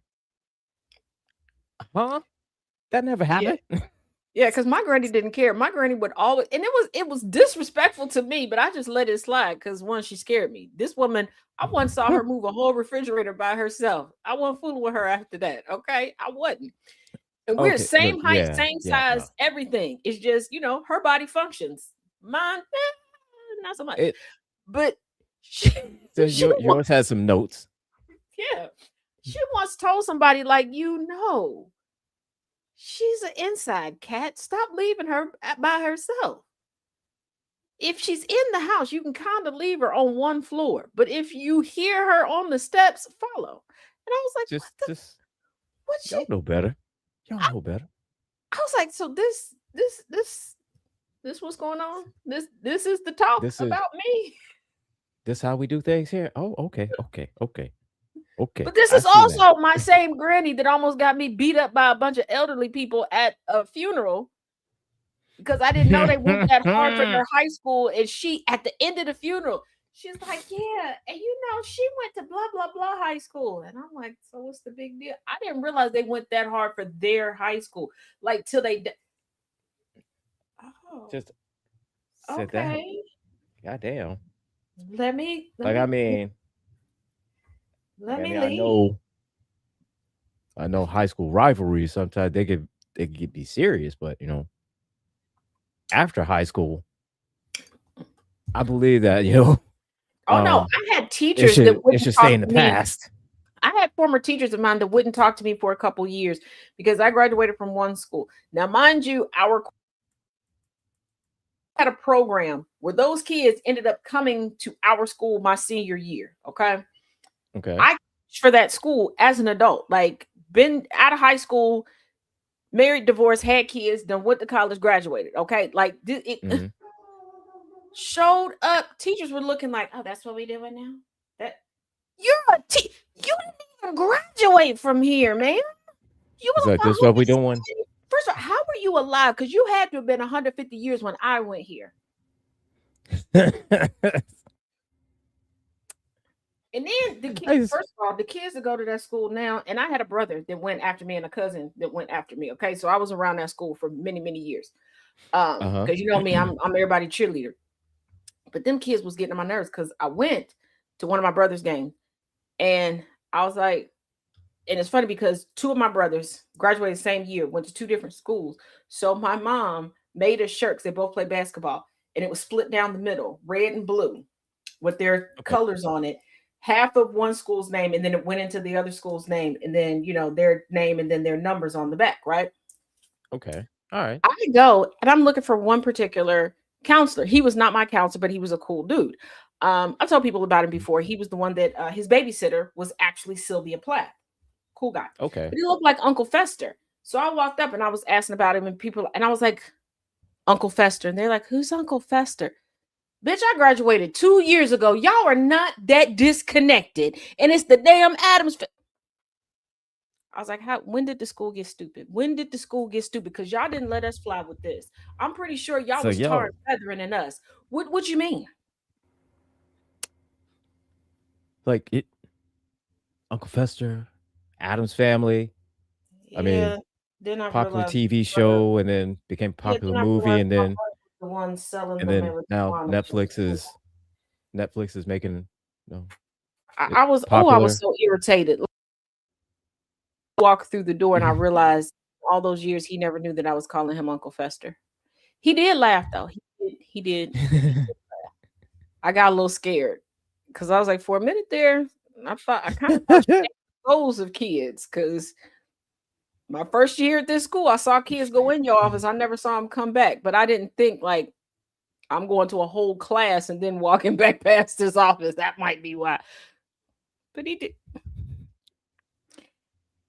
And he was a chimp because I used to ask him very morbid questions. I was like, was she babysitting you when she stuck her head in the oven?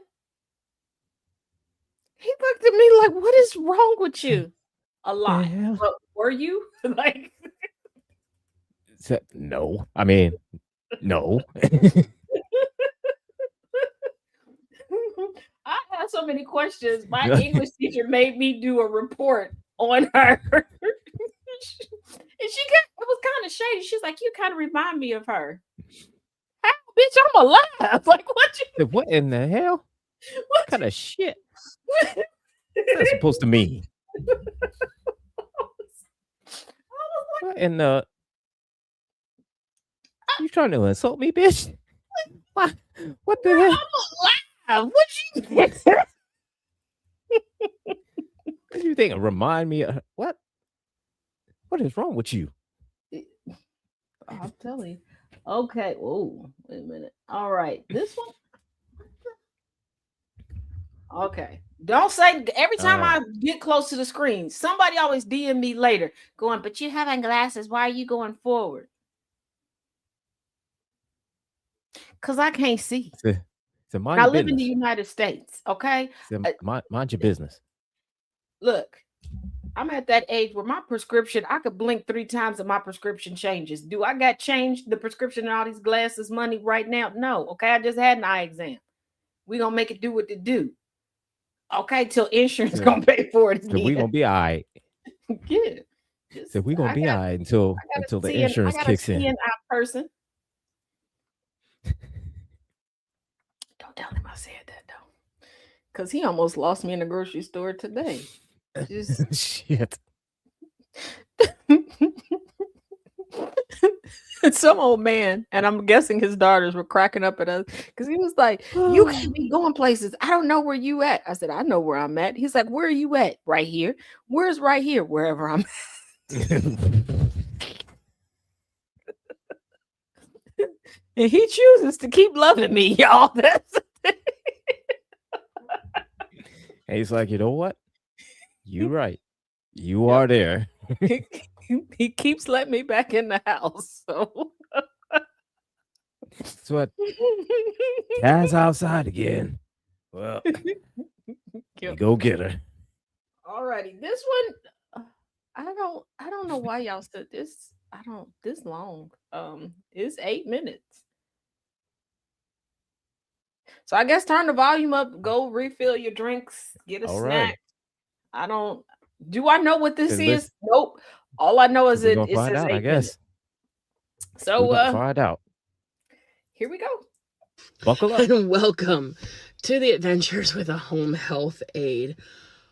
Oh, sweet Jesus, I've been home a hot minute. I've washed my hair, I've had a brownie, I've had a bowl of ice cream. Had a moment to gather myself, and I am okay. Because over the river and through the woods to Grandma and Grandpa's house I went today. Fantastically sweet and cute older couple. They've been together quite some time, 56 years. And in that 56 years, they have never lost the obsession for each other. May we all be so blessed. Anyway, Grandma and Grandpa are fantastic. They're funny. I was having a great time. I played checkers. I watched how you crochet. And I met their 3 very beautiful, the only children that they've ever been able to have. Very spoiled, very purebred dogs. Grandma and Grandpa have no children. And after lunch, Grandpa looked at me and said, "Young lady, I got to ask you a question." I said, "Yes, sir." He said, "After lunch, I need you to do me a big favor." "Sure. I want you to walk the kids. I want you to take them upstairs and tuck them in. Everyone must take a 1-hour nap after lunch because me and Grandma like to go into our prayer room and have an hour of pure reflection." That's beautiful. Not a problem. I got you. I got lunch done. Cleaned up lunch. But before I took the dogs out for a walk, Grandma said I needed to take her into the bathroom and help her get cleaned up. Oh, sure. We get into the bathroom and I help her get washed up, and she said, "Now I need you to really thoroughly clean me and help me get in this dress. We dress up for our reflection." I thought, that's beautiful. So I help her get a good scrub down, and I get the dress, and I'm reaching to grab a pair of briefs. And she looks at me and she says, "Oh no, sweetheart. When I wear a dress, I don't like to wear underwear or anything under it. It's only an hour, I'll be fine. There's a pad on the chair." Okay, I get that. Okay, I guess. You know, every now and then, I guess you gotta let your shit breathe. Okay. So we get out of the bathroom, and I take her into the prayer room, and she says, "Now, can you go get my sit and stand lift?" Sure. Now, if you don't know what a sit and stand is, it's a special machine with a little harness that you put around your body, and it just helps you go from a sitting position to a standing position. No big deal. All right. I get her in, and I take her over towards the couch, and she said, No, leave me right here by this chair. Once Grandpa comes in and sits down, he likes to pull me over. I like to sit on his lap when I read from the Bible. It just helps keep some of the pressure of my body weight off of his legs. Well, that's kind of cute. You all actually just cuddle up like that? Oh, every day, honey. Aw, it's beautiful. Okay, so I leave Grandma, and I go out into the room, and Grandpa's just kind of sitting at the table, finishing up what little bit of lunch he had left, and he says, "Go walk the dogs." Sure. Take the dogs outside, let them do their thing. I come back in, and he says, "Take them upstairs and tuck them into bed. They have to be in their room for an hour." Okay. Take the dogs upstairs, literally put them into their cute little beds, tell them stay, and walk out the door. Grandpa's downstairs waiting for me. I help Grandpa get all cleaned up. I help him get dressed, and he tells me not to worry about any underwear. You know, it's just an hour of prayer and reflection. He'll be okay. They want to go in their most naked form before the Lord. Okay. Hey, to each his own, man. How you worship is how you worship. Not a problem. So I help him get in there, and he's sitting on one of those lift chairs. Okay, so I get Grandpa settled, and I get Grandma where she wants to be. And, you know, they're just kind of sitting like this, and they get their book or whatever, and they were like, okay, now you can go and you can shut the door. Okay, and then Grandpa looks at me and he says, you know what, honey, do me a favor. I said, sure. He said, when me and Grandma are in here for an hour, we like it if you girls just vacuum for us. Just a whole hour of vacuuming, move the furniture, you know, make sure the rugs are done, make sure the floor's extra clean.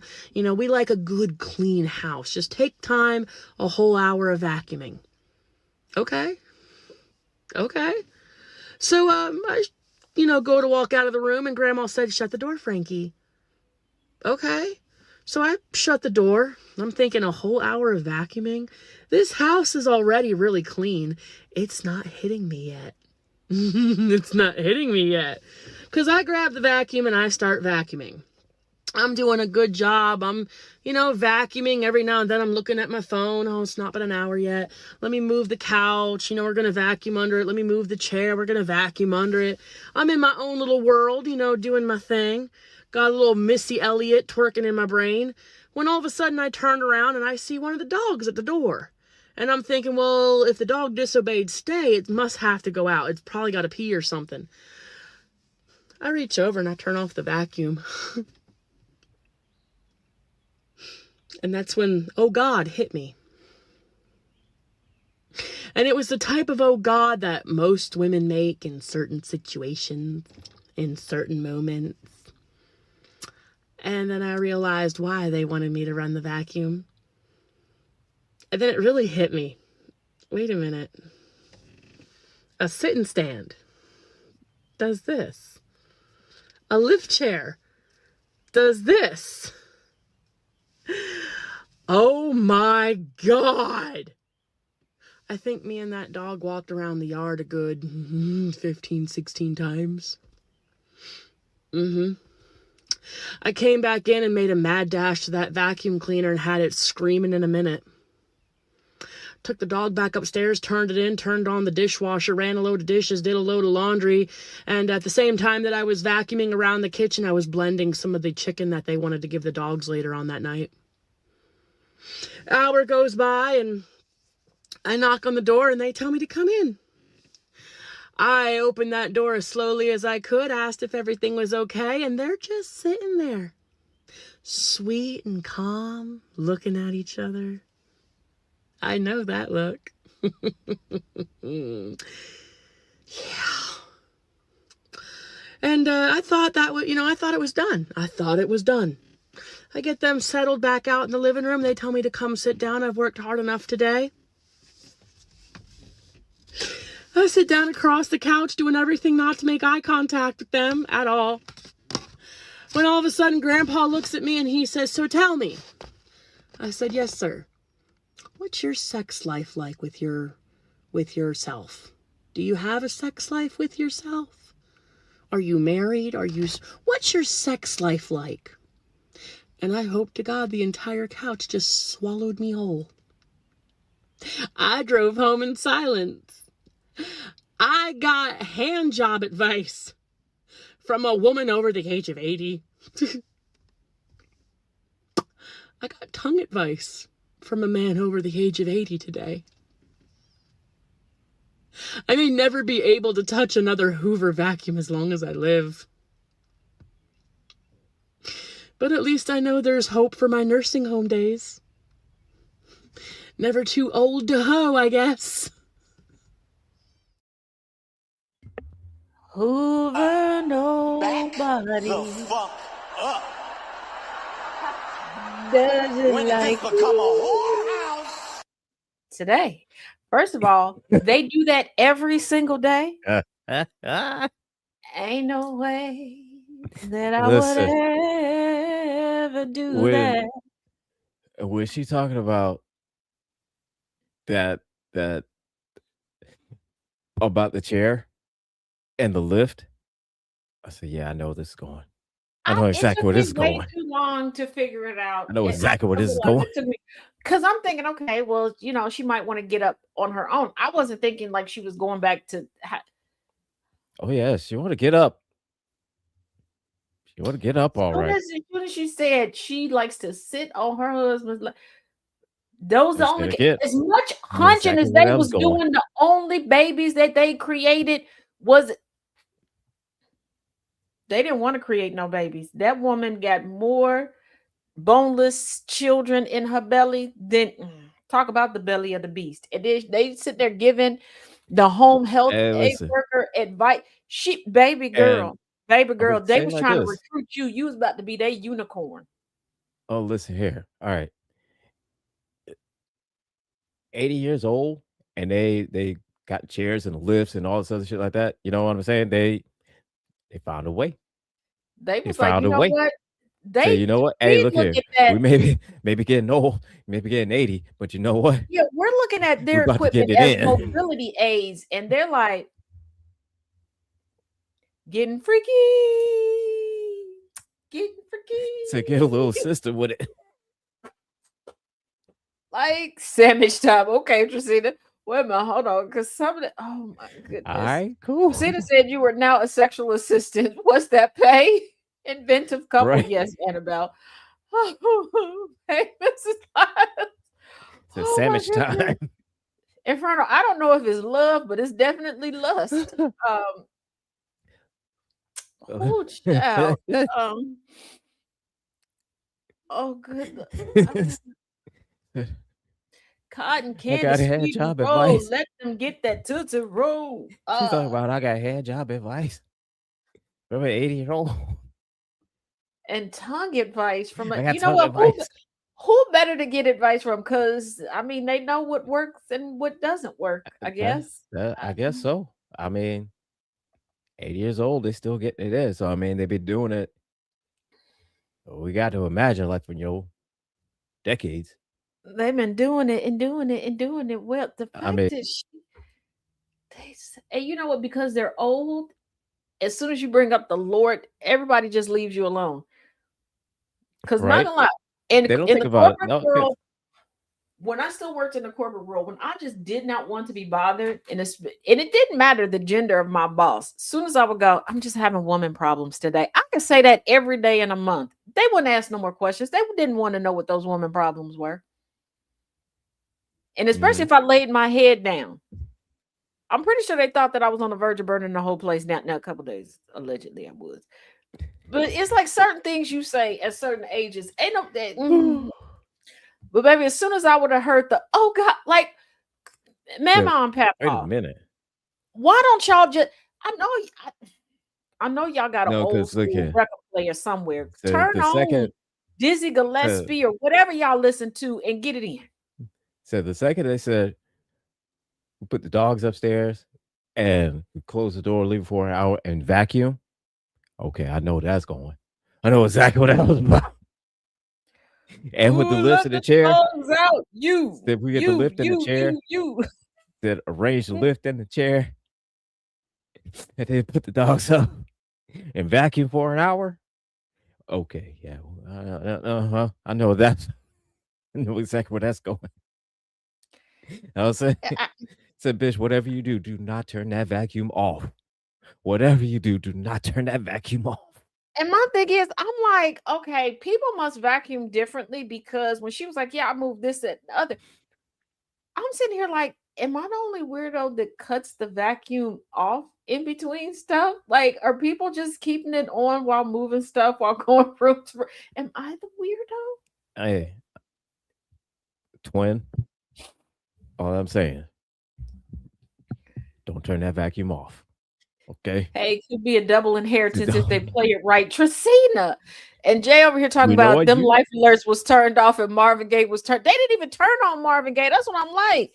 Like, come on, Mama and Papa. Like, y'all could have turned some music on. You know, Trisina, you got a point. You got a point. Second page, you got a point too. I mean, you play cards right, yeah. But keep that vacuum on. no matter what, you keep Yeah, vacuuming. I'm just like, Like oh, you turn that. And If I thought they that it was pray from bad. one, they pray from 1 to 2. You better turn that vacuum on at 12:59 and turn it off at 2:01. And see, this is one of those times where I'm very, very happy that I have jacked up hearing. Plus I am not a fan of the sound of the vacuum cleaner, and it's a sensory thing because I'm heightened to touch and vibration because I don't have good hearing. So I have to put headphones on and play some type of music or whatever, or the vibration plus the sound freaks Yeah. me out. But I thought I was traumatized when I think I told y'all when I walked into my granny and papa's house, and my granny had what was called her quiet room, which was just my mom like room in the back of the house. It was her office, her little TV room, just her she shed that was inside the house. Well, to get to Okay. that, you have to walk past their bedroom. And I walked past, and something just made me turn my head to the left. And there was a damn camcorder set up, focused on the bed. Now, it took me a minute to realize, for it to process in my head. And I was like, oh, Lord. And my mother was like, what? And she was like,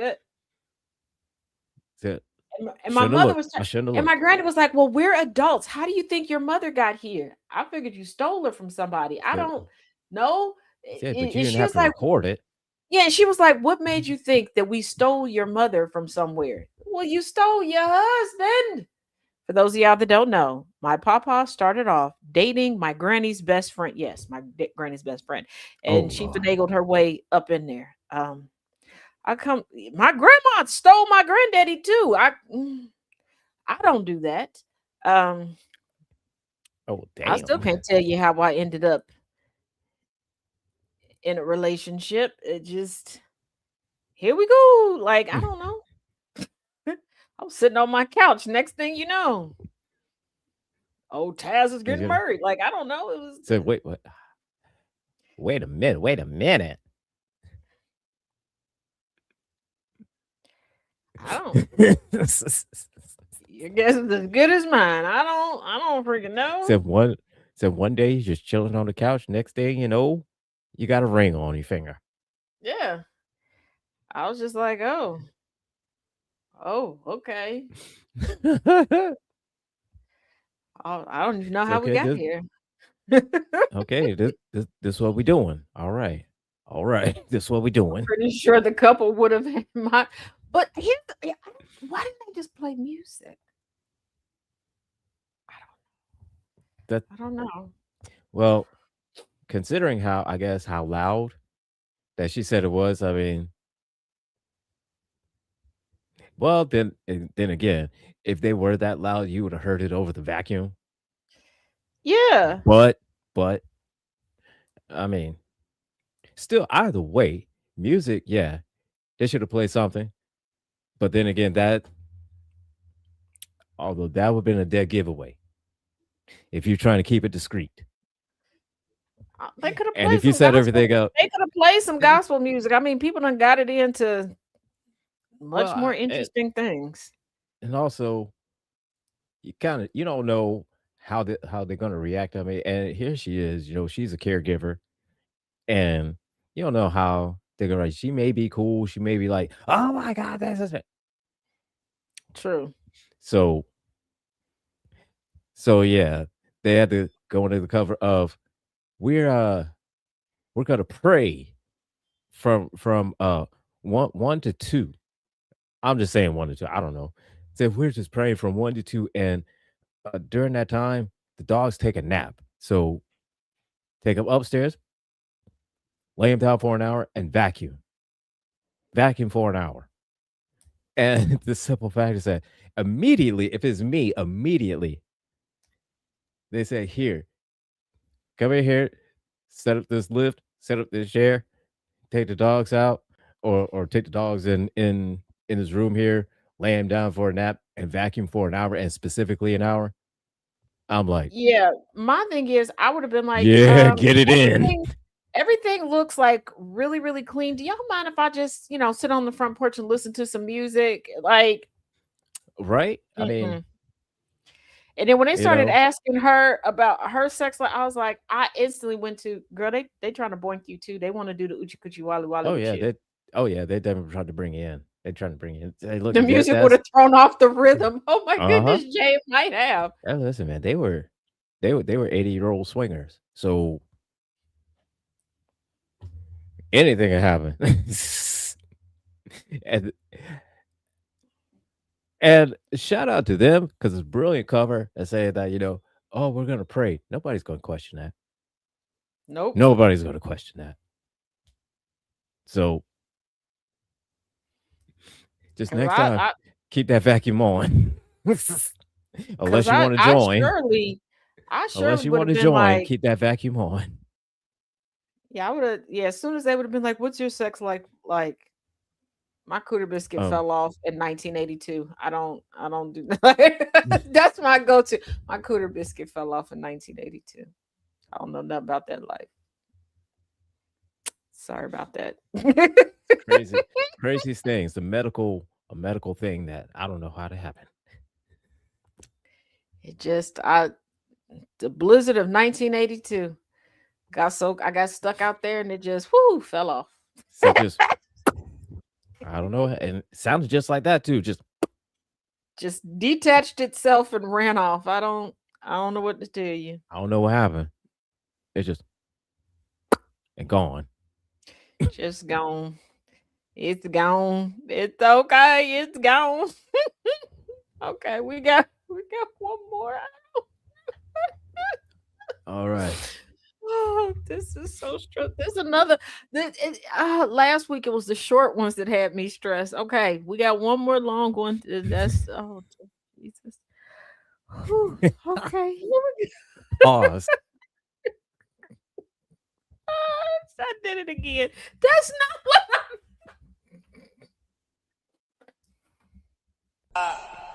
Back y'all know. the fuck up. When did this become a whorehouse? I do it every week. Don't- That's what I mean by I say is that it's so my intent is innocent. But we know the intention. Absolutely like innocent. it's like Jess told me last night. What did she tell me? She said that I was a declawed. It's so accurate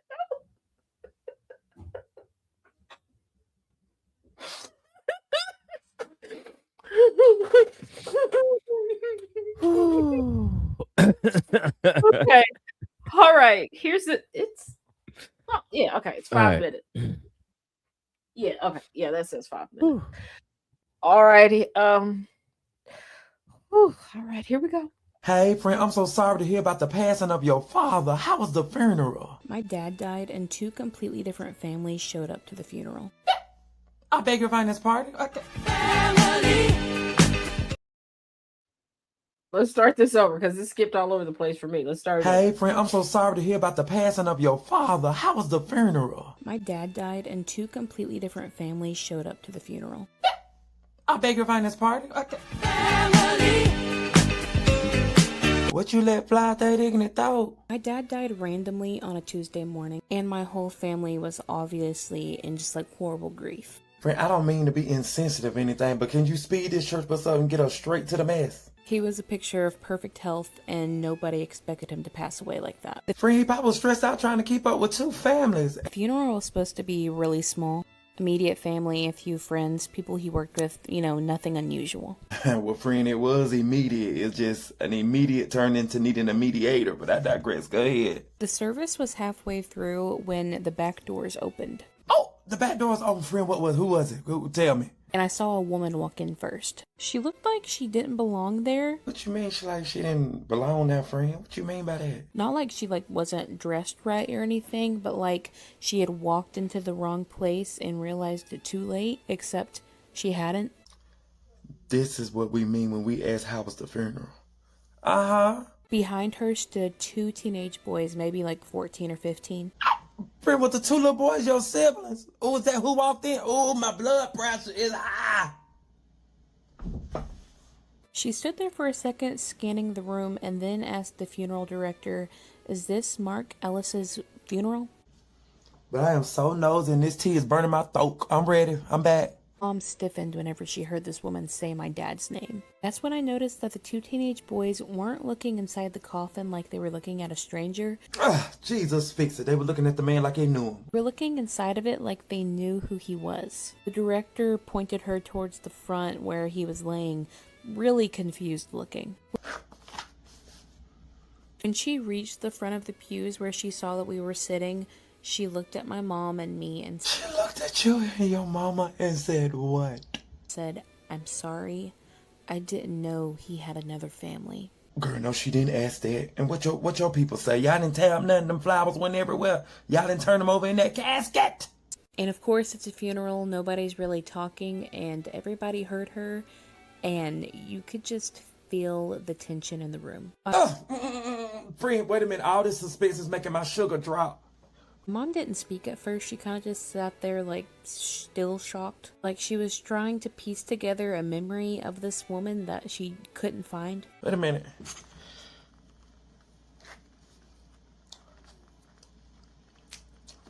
All right, it's back up. Go ahead. But the woman kept going anyway. She said that she'd been with my dad for 15 years.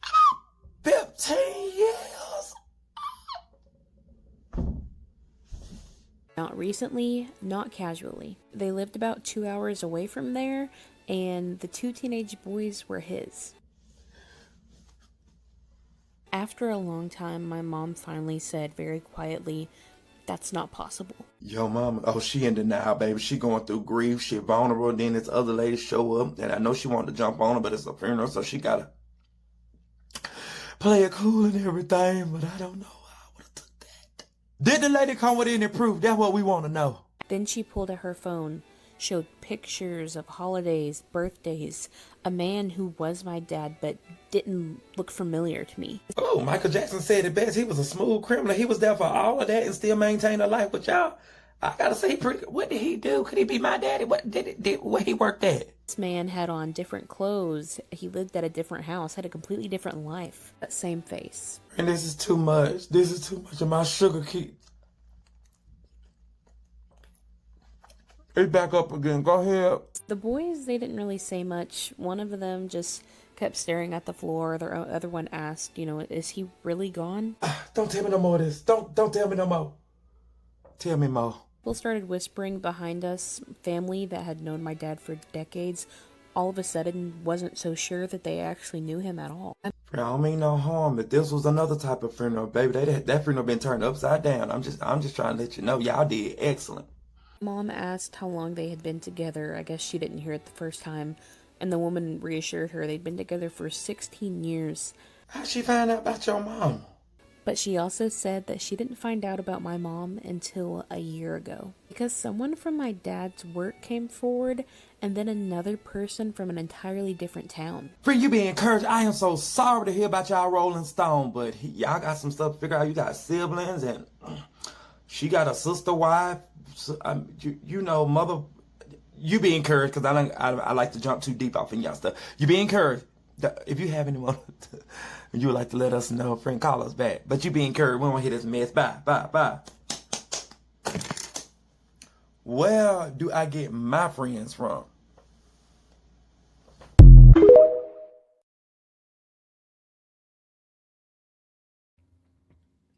One, how did they know which wife to notify and who was going to handle the arrangements? Two, how did the second chick know? Why she knew a year ago and she still had, okay. And y'all did all of that in front of because I wouldn't have did that in front of everybody. I'd have been like, "Oh, Katie, girl, it's been so long since I seen you. Thanks for the support." And I would have swooped her into a back room. "Who are you? Why are you looking at my man like he's so familiar?" And baby, trust me, I would have resuscitated him. And yes, I know by the time they're in the funeral, they've been embalmed and all their organs and stuff is in a plastic bag stitched up in their chest. Go with me here. I would have resuscitated I got a question him. for you, so. And then I would have killed. Then I would have beat him with her. You understand me? Because you're gonna tell me you knew about me a year ago and you kept you. And you didn't say anything? Like nothing. Not a Not a text, not a DM, not an email. So the co-workers all knew, and they ain't say nothing, baby. The way I would have got my kids, walked out, told the funeral director, "Come with me. Come. Did you know? Okay, you didn't.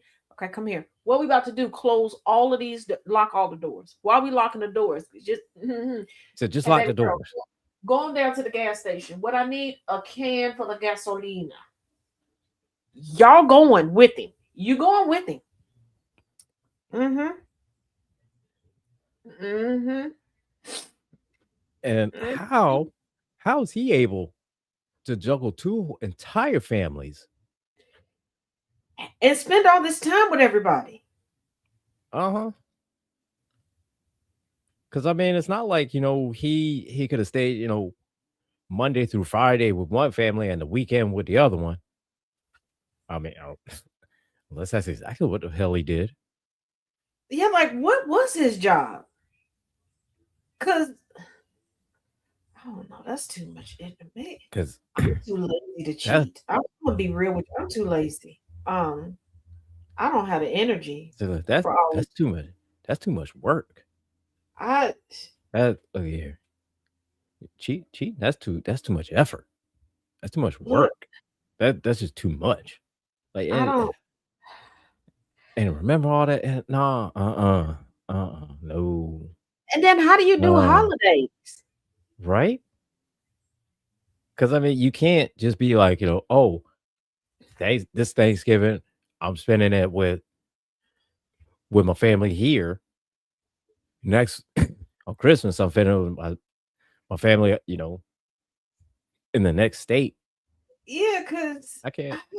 That's just too much. That's too much. Oh, that's just too goddamn much. and You're doing too much. You was doing too much, sir. That's why he did. gotta, That's why he did. she said he had a whole different wardrobe over there, so you got to maintain one personality.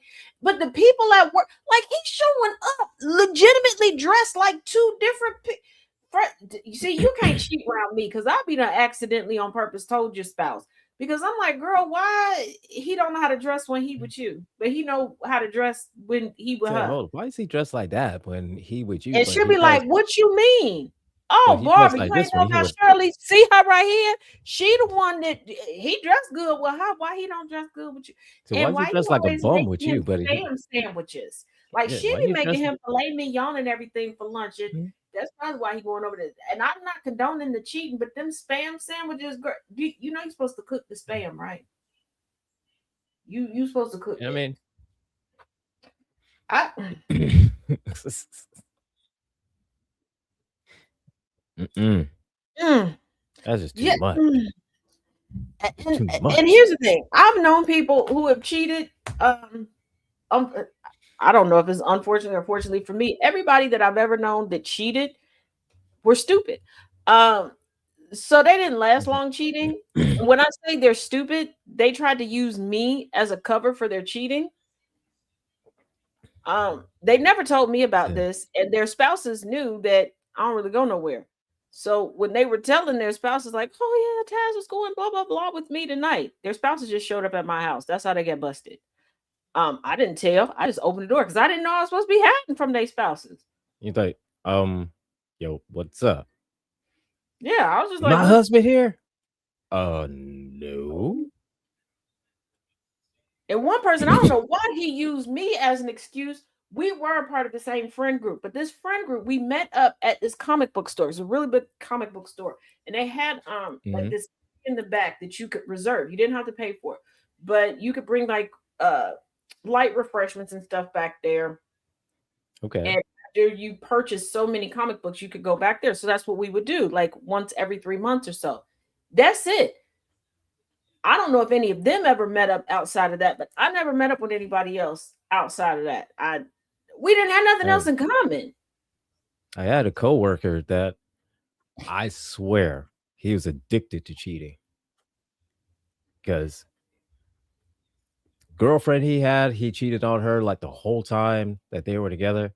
And then the funny thing is they broke up because she cheated on him. And when he was telling me this, right? And man, I was so in love with her, and I, I can't sleep. I can barely eat. I'm thinking to myself, it's like, yeah, but you cheated on her the whole time. Mm-hmm. Like, how? Why? I never understood it. And one day I asked him, I was like, look, man, why are you so upset about this? I mean, you cheated on her the whole time. So why are you so upset that she ended up cheating on you? He can never give me a straight, actual, straight, honest answer. It was just like, oh man, she, I, okay, man, that was different. Mm-hmm. So Oh, I trust just me, left it I at that. was one that it took me a while to realize that they were cheating. It did. Because of how they were doing it, Mhm. and nothing changed. Like, so I was just like, and I'm like, when, like, no joke, I found out this person, they were linking up at like 2 o'clock in the morning on the train tracks behind my house. And I'm like, y'all could at least went in the garage. Like, these train tracks were actively in use. This one is not like a So passive that train. was that was so that was 2 levels of danger right there. Yeah, and I'm like, I don't know if y'all know how lesbian sex works, but I just looked at them both like, okay, So danger zone. you know that's And when I dangerous right found there. out that they were cheating, I found out they were cheating because they got a wild idea that I was cheating. They thought that I had found out before and that I was cheating to get back at them. And I'm like, I don't do that. I'm just gonna leave you. I'm not doing tit for tat cheating. That's stupid. Because obviously we don't want to be with each other if Right. we're going after other people. And they Exactly. confessed, and I was like, you. And here's the thing, they had a place to live, I had a place to live. They would intentionally, because that person lived closer to me, ask to stay at my house to sneak out and cheat with this person. Mind you, the other person lived by themselves. I was more upset that I was dating somebody that was stupid than I was getting.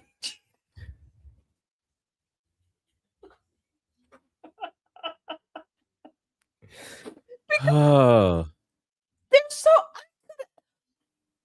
And they were like, well, waking up in the middle of the night, you didn't notice that I was missing? We never slept in the same room when they would spend the night because of their schedule and my schedule. We'd watch movies or whatever. And I had 2 different rooms in different parts of the house. so Okay, yeah, you once would ask you to spend the night. I just lived closer to where they worked at the time. So sometimes I'm like, yeah, it made sense to stay the night. But I'm like, why would I go outside and look? I would have never thought to look on those train tracks for anybody. And like I said, they were active yeah, train track, and there was no schedule for it. This wasn't every day at 6 o'clock. You no, could not 'cause it tell could be when those random trains were gonna times. come. Oh, so it could be random times that you just don't know. And I'm like, Next thing girl, live you laid out on the train track and getting your cubistic you worked on, could. and then next thing you know, here comes the train. Mhm. And the thing about it is, when I found out if you went out where the train tracks were and just went diagonal, you were to the girl's house. And I'm like, why didn't you just go in her house? Why don't you just go to her house? Well, in case you Like what? woke up, I wouldn't have known. I wouldn't have known that you were missing.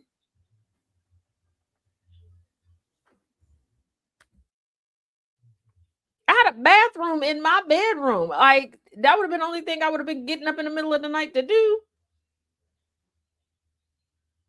I'm not going I, to check to see if we're both adults. I'm not going to check to see if you still in there. I'm not afraid. I'm not thinking somebody gonna break in the house and kidnap you. yeah. And when I told her that, she was like, "You trying to say I'm fat?" Okay, first of all, we both know you ain't skinny. First of all, second of all,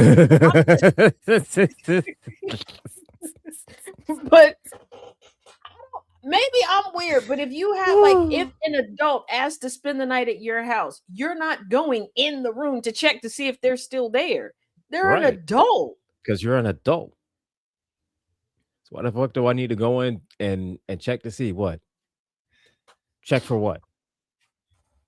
Only thing to do is check to see if you're alive.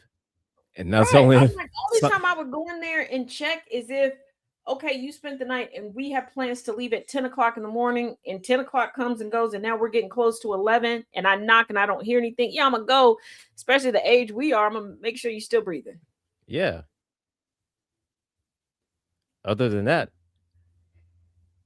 Oh my God. there's Talking about, well, nothing. I always knew you didn't love me. You're the cheater here. What you mean? What? What are you talking about? You cheated on me. I'm What? like, yeah, I was more upset that I'm like, how did you are stupid? How did I get here? Like you, Oh, and and mind you, I also had a pretty big garage. Most people came in and out because I had a long driveway, and there people came through the garage. So there was a regular door and then the garage door. The garage door did not make a sound. It was like I had bought a bell. Like when all this went down, I had bought a bell. And like that weekend, I finally had a weekend off. I was going to put the bell on that door so that I could hear it. There was like the garage okay. door. You came through the garage. There was another set of doors. There was a screen door and a door. But I still wanted to know if somebody was in the garage, right? Mm-hmm. Because I'm like, okay. So I'm like, y'all could have been, I wouldn't have been the one. I'm just like, I just figured if somebody was going to cheat, you would be smarter. I would. Like A the little fact that bit. so, and then I'm thinking like, so what if the train would have ran y'all over? How would I explain that to the cops? Exactly. So you just didn't think this out, did you? You see, Because that's I why could it's just imagine talking to the cops like, man, what happened to your girlfriend? I really don't know. Well, there's two heads out here. Well, she only had one what? head because y'all know me. I'm Well, last I saw, she only got one head. So I mean, it was right. Well, do you know if she would be out here? I didn't think she was gonna be on train tracks. Like I would have started like I know. bringing up Bullwinkle and shit. Like, how do you explain that? And Said she train probably would have been tracks. splattered all over the side of my garage, and I would have been pissed off because I would have had to like rent a power washer to clean that shit off. And before y'all go, Taz, you don't seem very concerned. No, like it was not a serious relationship. It really wasn't. Um, and I don't understand why she cheated because Why does it was very casual. She was the one that was like, we should be exclusive. it's like I just wanted somebody to go to the movies with. so that could have been anybody. You could, you know, and it's like, so why go through all this effort? Yeah, I mean, you could have just end this shit and just stay with her. I'm You know, just like, what the like you so just end the shit, stay with her. Just like, hey, you want to go catch this movie? All right. And But I do know someone who found out that their husband had a second family, but he wasn't living a double life. Y'all know how they talk about, oh, your father went to go get milk and never came back. I legitimately met someone whose husband left to go get cigarettes and never came back. He left because the other wife gave him an ultimatum, and he left to go be with the other wife. Problem is, he was not legally married to that other wife. So when he died, they called wife number one. Oh shit. And they got mad talking about, well, you should have gave her, wife number two, the insurance money. For what? Wife number Why? two never had any kids with that man, no nothing. Wife number one did and had to raise those kids solo dolo. Yeah, and besides, the wife number two is the one that made all the demand, Yeah. and And he's I'm the just one that like, folded. He's the one that folded to that demand. So it's like, so why and should wife he? Why number should one she did have to not give know up? about wife What? number two until the funeral. Like that's when people were like, oh, you should have gave her the Yeah. insurance money. I was shocked that she gave him a funeral. Now, it was when the funeral came about that one, I knew this woman had a husband previously because it was a friend of my mom's. And that this happened. And I remember sitting there with my mom, like, is she? Am I understanding English correctly? Like, did she just, what came out of her face? Like, and my mother was sitting there looking at me like, don't ask no question. Ask me the questions when we get to the car. Don't ask her no questions right now. She's giving me that look in her outlet. You bet don't. Just don't you say anything. You keep your mouth shut. And I'm just You sitting don't here say like, anything. And mind y'all, I am 16, and I'm talking like I turned 16 the week before. And my mother was like, "Hey, come help me with my friend." I'm thinking, okay. A lot of times my mom would take me with her to help organize or decorate something for her friends. That's what I'm there. I'm All sitting right. there looking at my mama like, what in the days of our So lives, what is God, we like, doing? what? So what is we And then I'm doing like, here? my dad is like, I'm not going to the funeral. That was the one time I volunteer as tribute. I'm going, and my mother's like, I'm gonna take you, but don't go around asking people no questions. You are not Barbara Walters today. No, today I'm Joan Rivers. Fuck you mean? What? Shit. I'm going asking every question. And when the I'm second going. wife came in, it was just my luck. I got caught in between the two of them. There was a little walkway. There was like a door. It was a random door on the side of this church, right? I was sent out the door to go get something. I come back in, but it's a walk. Like one person can either go out or one person can come in. I'm stuck in between the two of them. And these are some voluptuous women. And I'm just looking like, I can't die this way. Because I want to die this way, but not this, like, not because of a fight. Because I'm just looking, and I'm looking at my mama like, and my mama like, I can fight good, but not that good. Like, it's like I can fight, but look, said I can fight, but look, I'm outnumbered here. And then I finally was like, hey, I wasn't married to the man. Can I get out of this little hallway? Can I just squeeze past real quick? Because I mean, I ain't got nothing to do with this. And then when I looked in the casket, because I had to see what he looked like before they closed the casket, because I wasn't trusting the pictures on the program. Because people will go back to 1872 to get a good picture of somebody. Okay. True. And the fact that I'm pretty sure the pictures on that program, that man was a teenager. I looked in the casket and I was like, ain't no way. Ain't no damn way. Y'all remember the man this morning? Trump's homeboy. Imagine him with a jerry curl and black.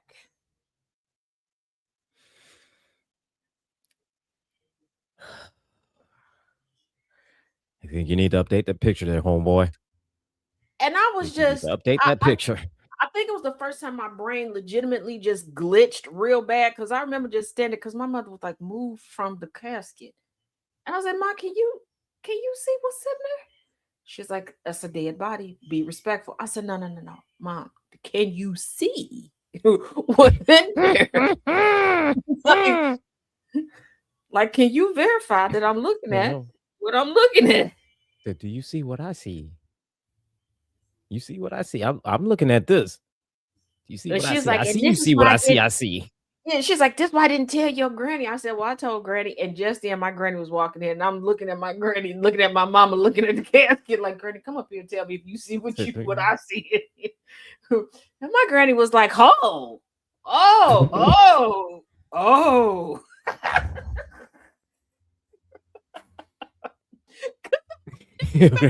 She went through every emotion.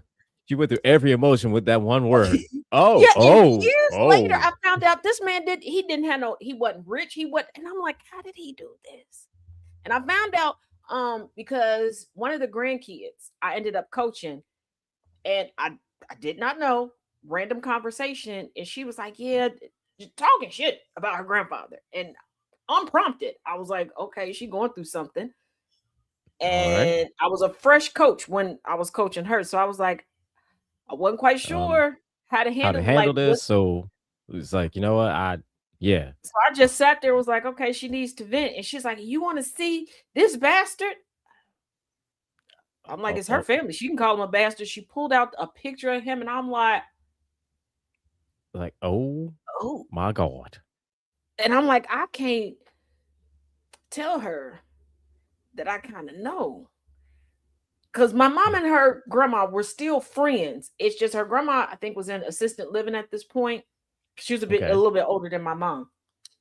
So life had been happening. My mom was starting to get sick, so they couldn't hang out as much. They hadn't been for years. So I didn't know about so I'm like, he ugly, no money, not a good person. That I was like, he must have been hung like Donkey Kong, because how he got Had these to have women been. out here acting like this. It had to have been. But she did get the last laugh, because word on the curb was the last of the insurance money was used to bury her. Circle of life, not sequoia. I don't know what to tell you on that. I mean, And she had a beautiful ceremony. I was there for that one too. And before y'all ask, did I go to see if there was a part 2 to the drama? Yes. of course you got to. I'm only good with keeping up with drama when it comes to dead people. Living people, I can't never keep up. And I feel like I can't ask questions about living people. Once you're dead, you don't care no more. Not to say anybody else. So I mean, that's when everything come out. It maybe it's from all my years at hanging out at funeral homes. Yes, y'all, I hung out willingly at funeral homes. Why? I don't know. Okay. I still don't know. I know why, because I don't know how to make friends. How do I have friends now? I don't know. I just wake up and there's friends there. I don't know.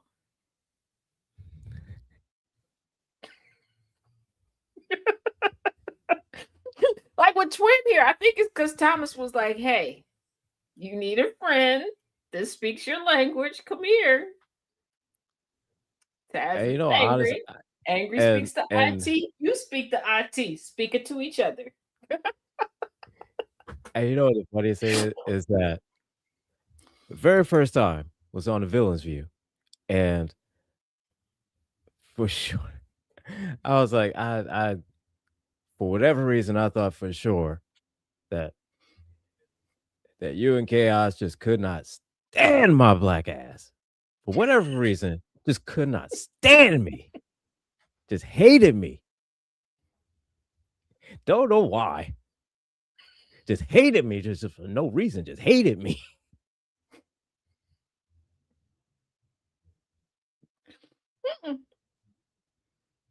No. Thank you, Jamila. Jamila's hung out at a funeral home before. And see, my mama had a friend that was a funeral director. And I had a friend whose mama was a funeral director, and I would hang out. We thought you were cool straight from the get-go. It's just Chaos and I had to learn how to be around other people. And let me explain what it means. Okay, we got some for those of y'all that don't know the evolution of our relationship. When we decide, like, oh, I like you, you do, I like you too. We're like, okay, because there's some distance between us. Let's meet face to face to make sure we really like each other. So off the jump, 5 days of just us. And then for a while, it was just us. So we kind of formed like our own, I guess you could say, like little language or whatever. And we realized, oh, it can appear we don't like people because we feel like we're including everybody in. But looking back, like, oh, we did kind of seem like snotty, mean kids. Like, that is, we got to work on that. Because I told you there was a lady at the church that went up to him and was like, I thought she only talked to you. And then I realized, damn, I don't be talking to these Negroes.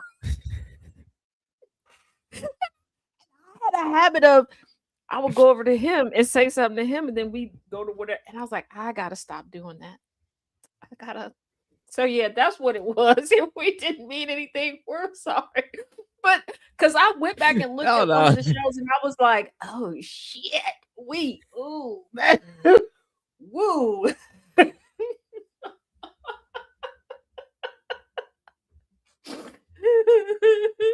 But it wasn't until I think it was like a couple days later on the Sound of Coffee when I was, and I was just randomly just popping up with a comment here and there, and then Chaos said, "I'm upset because Angry has said good morning to me yet." I was like, all right, good morning, sir. I didn't know it's like, Yeah, I didn't know it was like. I said, there was okay. one day,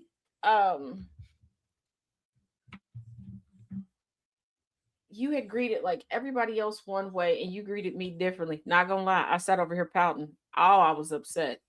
And he's like, just Oh, calm I'm sorry. down. I think you're overreacting. I'm sure he didn't mean it that way. When I tell you, oh, I promise you, you would have thought you like took every Reese cup I have in my snack bag and Okay. ran down with it the way that I was at. And then the next day, and I was like, and then I thought about it like I and like three other people said hello at the same time. And maybe that's what it was. Cause it's like, let me get out my feelings. Because Let me get sometimes it. I get Although, overwhelmed. I be getting overwhelmed because so many times with people just, hey, good morning, morning, morning, morning. And I'm so busy trying to like, okay, let me. Annabelle said good morning. Okay. Tracina said good morning. DJ said good morning. All right. Let me. oh yeah, I And understand. Just like Thomas and I had an agreement. He was going to give me a certain period of time to be EP and nobody would know that it was me. 2 minutes later. And motherfucker. Taz. It was like, help me. Help me. Because like, now I'm having to look it's for like my name and GCPR. And I'm like, trust me, and I'm like, oh, okay. That's why sometimes I don't comment. Like, well, before being EP for a show, I wouldn't comment because or I just do like one big, hey, good morning, lovelies, because I always feel like I'm gonna miss somebody. I know. And it gives me such anxiety.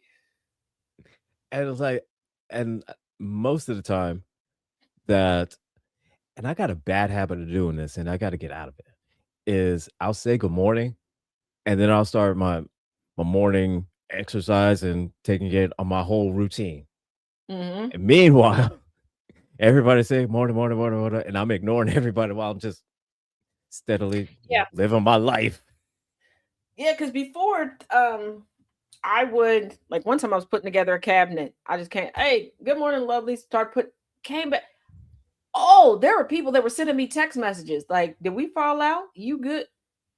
No, and I'm like, "Did I sit on the phone and type something out that I was?" Oh no, it's just I did that. Or sometimes, I'd be updating Substack or something. I was like, I got to stop doing it. Now, I guess it kind of works out because there were one person. I think it was on the Instagram. It's like, is Taz okay? I haven't seen her in a couple days. I'm here. I'm just not under. It's not under. I'm here. But it's y'all know if I say good morning and then y'all say good morning and you don't hear anything from me for about an hour, I'm working out. I'm lifting weights and shit. So I'm sorry. Yeah, I got to get out of that habit. So whenever I say hello, then I got to be here. Yeah, we've been dedicated. multitasking back there. I try to multitask, but it don't turn out quite right. Oh, and quick bit of housekeeping, y'all. Because I realize it probably does come off as rude when I'm like, hey, y'all, can y'all drop it in the Discord or put it there? I don't think y'all realize how much I'm fighting for my life backstage because no matter how many times I ask Thomas, what's going to be the topic? What are we going to do? So I can prep ahead of time. Oh, all of that's thrown out the window. All of it. Everything that y'all see, I am doing in real time and getting up. Okay. All of the research, all of the pictures, all of everything. So when I'm begging y'all and keep putting in the chat, please just put it in Discord so I can get it together ahead of time. That's why. That is why I don't mean to come across rude. I really don't. But I am fighting for my life over here. Because I'm like, brother. Like he said. Sunday. On Monday, we're going to talk about algae. I have all this algae stuff. I've even sent him articles. He gets up in the show Monday. What? Everything but like, algae. Delete. And I'm glad I didn't hit send yet. I'm like, delete for today's topic. Then he's like, we're going to do it Tuesday. And I'm sitting here like, I don't believe me. So, okay. And then, we are going to talk about algae. Now I got to go find the algae file now. Pull it. Yeah. So, yeah, everything that y'all are seeing, it is real life. Yeah. So like like I said, I don't, because I was looking at it today and I was like, oh my god, they don't know. And I'm like, they probably think I'm being rude or trying to be mean. I'm not. I am fighting for my life. And sometimes if I'm delayed, it's because at midway through is when I'm able to get coffee because our coffee maker is on a timer. And I don't want to mess that up. So I'm trying to run. It's the room next, but I'm trying to run and get coffee and run back. And y'all know sometimes because like today, one picture was up there and he had changed topics. Yeah. I got to have So cream in my yeah. coffee. I don't know about y'all, but I'm not drinking black ass coffee. Okay, absolutely not. So yeah.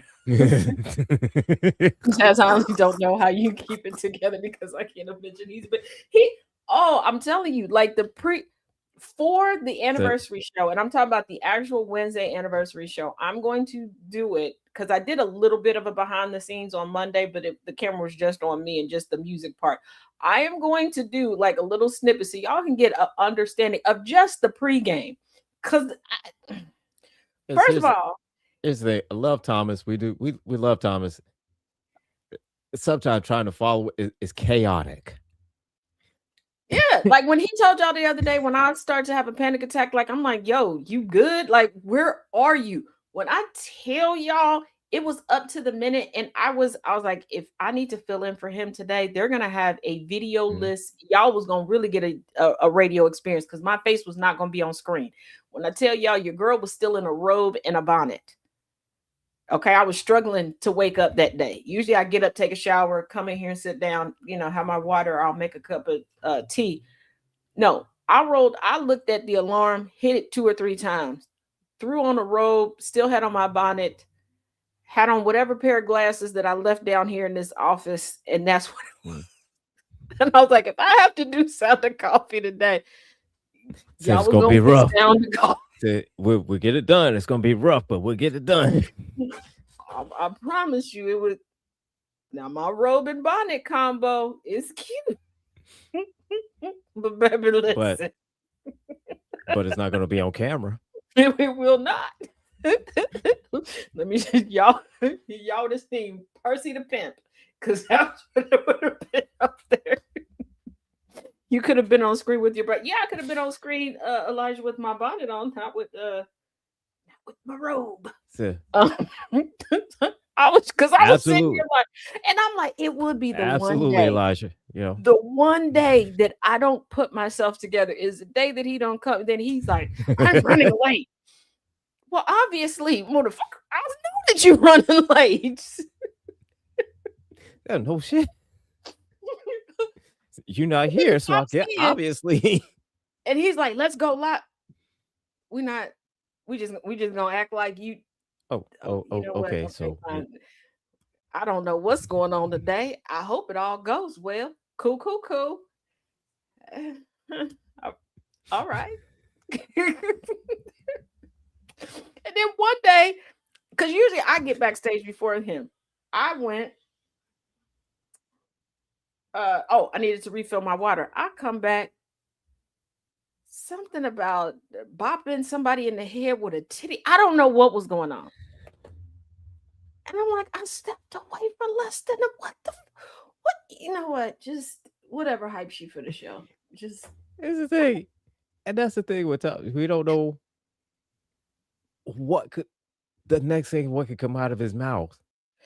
Like it'd be talking something, about what happened in the news with Trump in that pool. The next thing slapping titties on your face. It's like how did you get from that to talk about slapping titties in your face? Just like every Sunday, it always happens. I enter at the strangest time.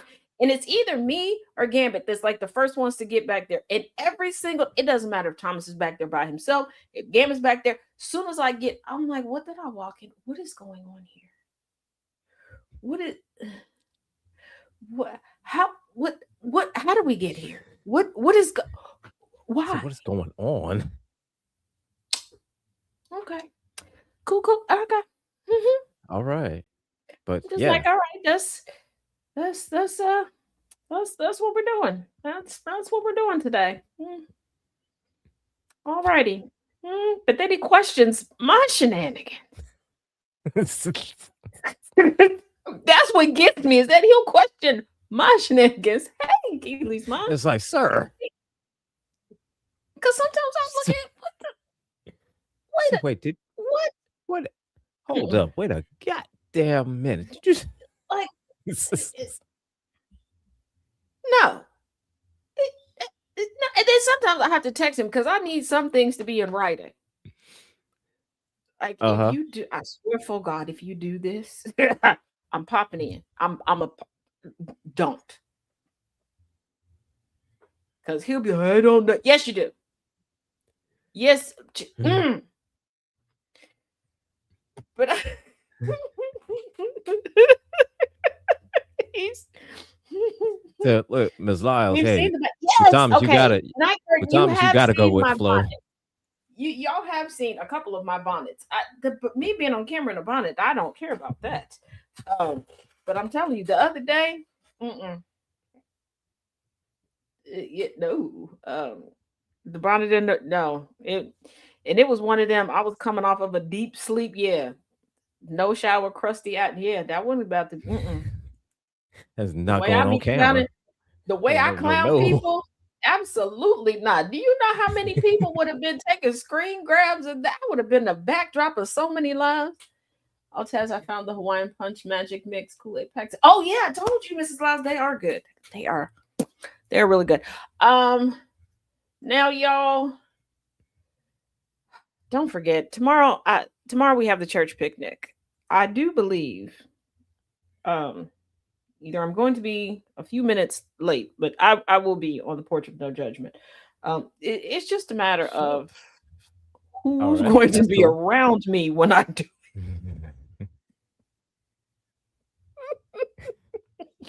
Well, you know what, twin? When you get to the porch, you get to the porch. You get there when you get there. It just yeah. So y'all might see me get put in a corner in real time.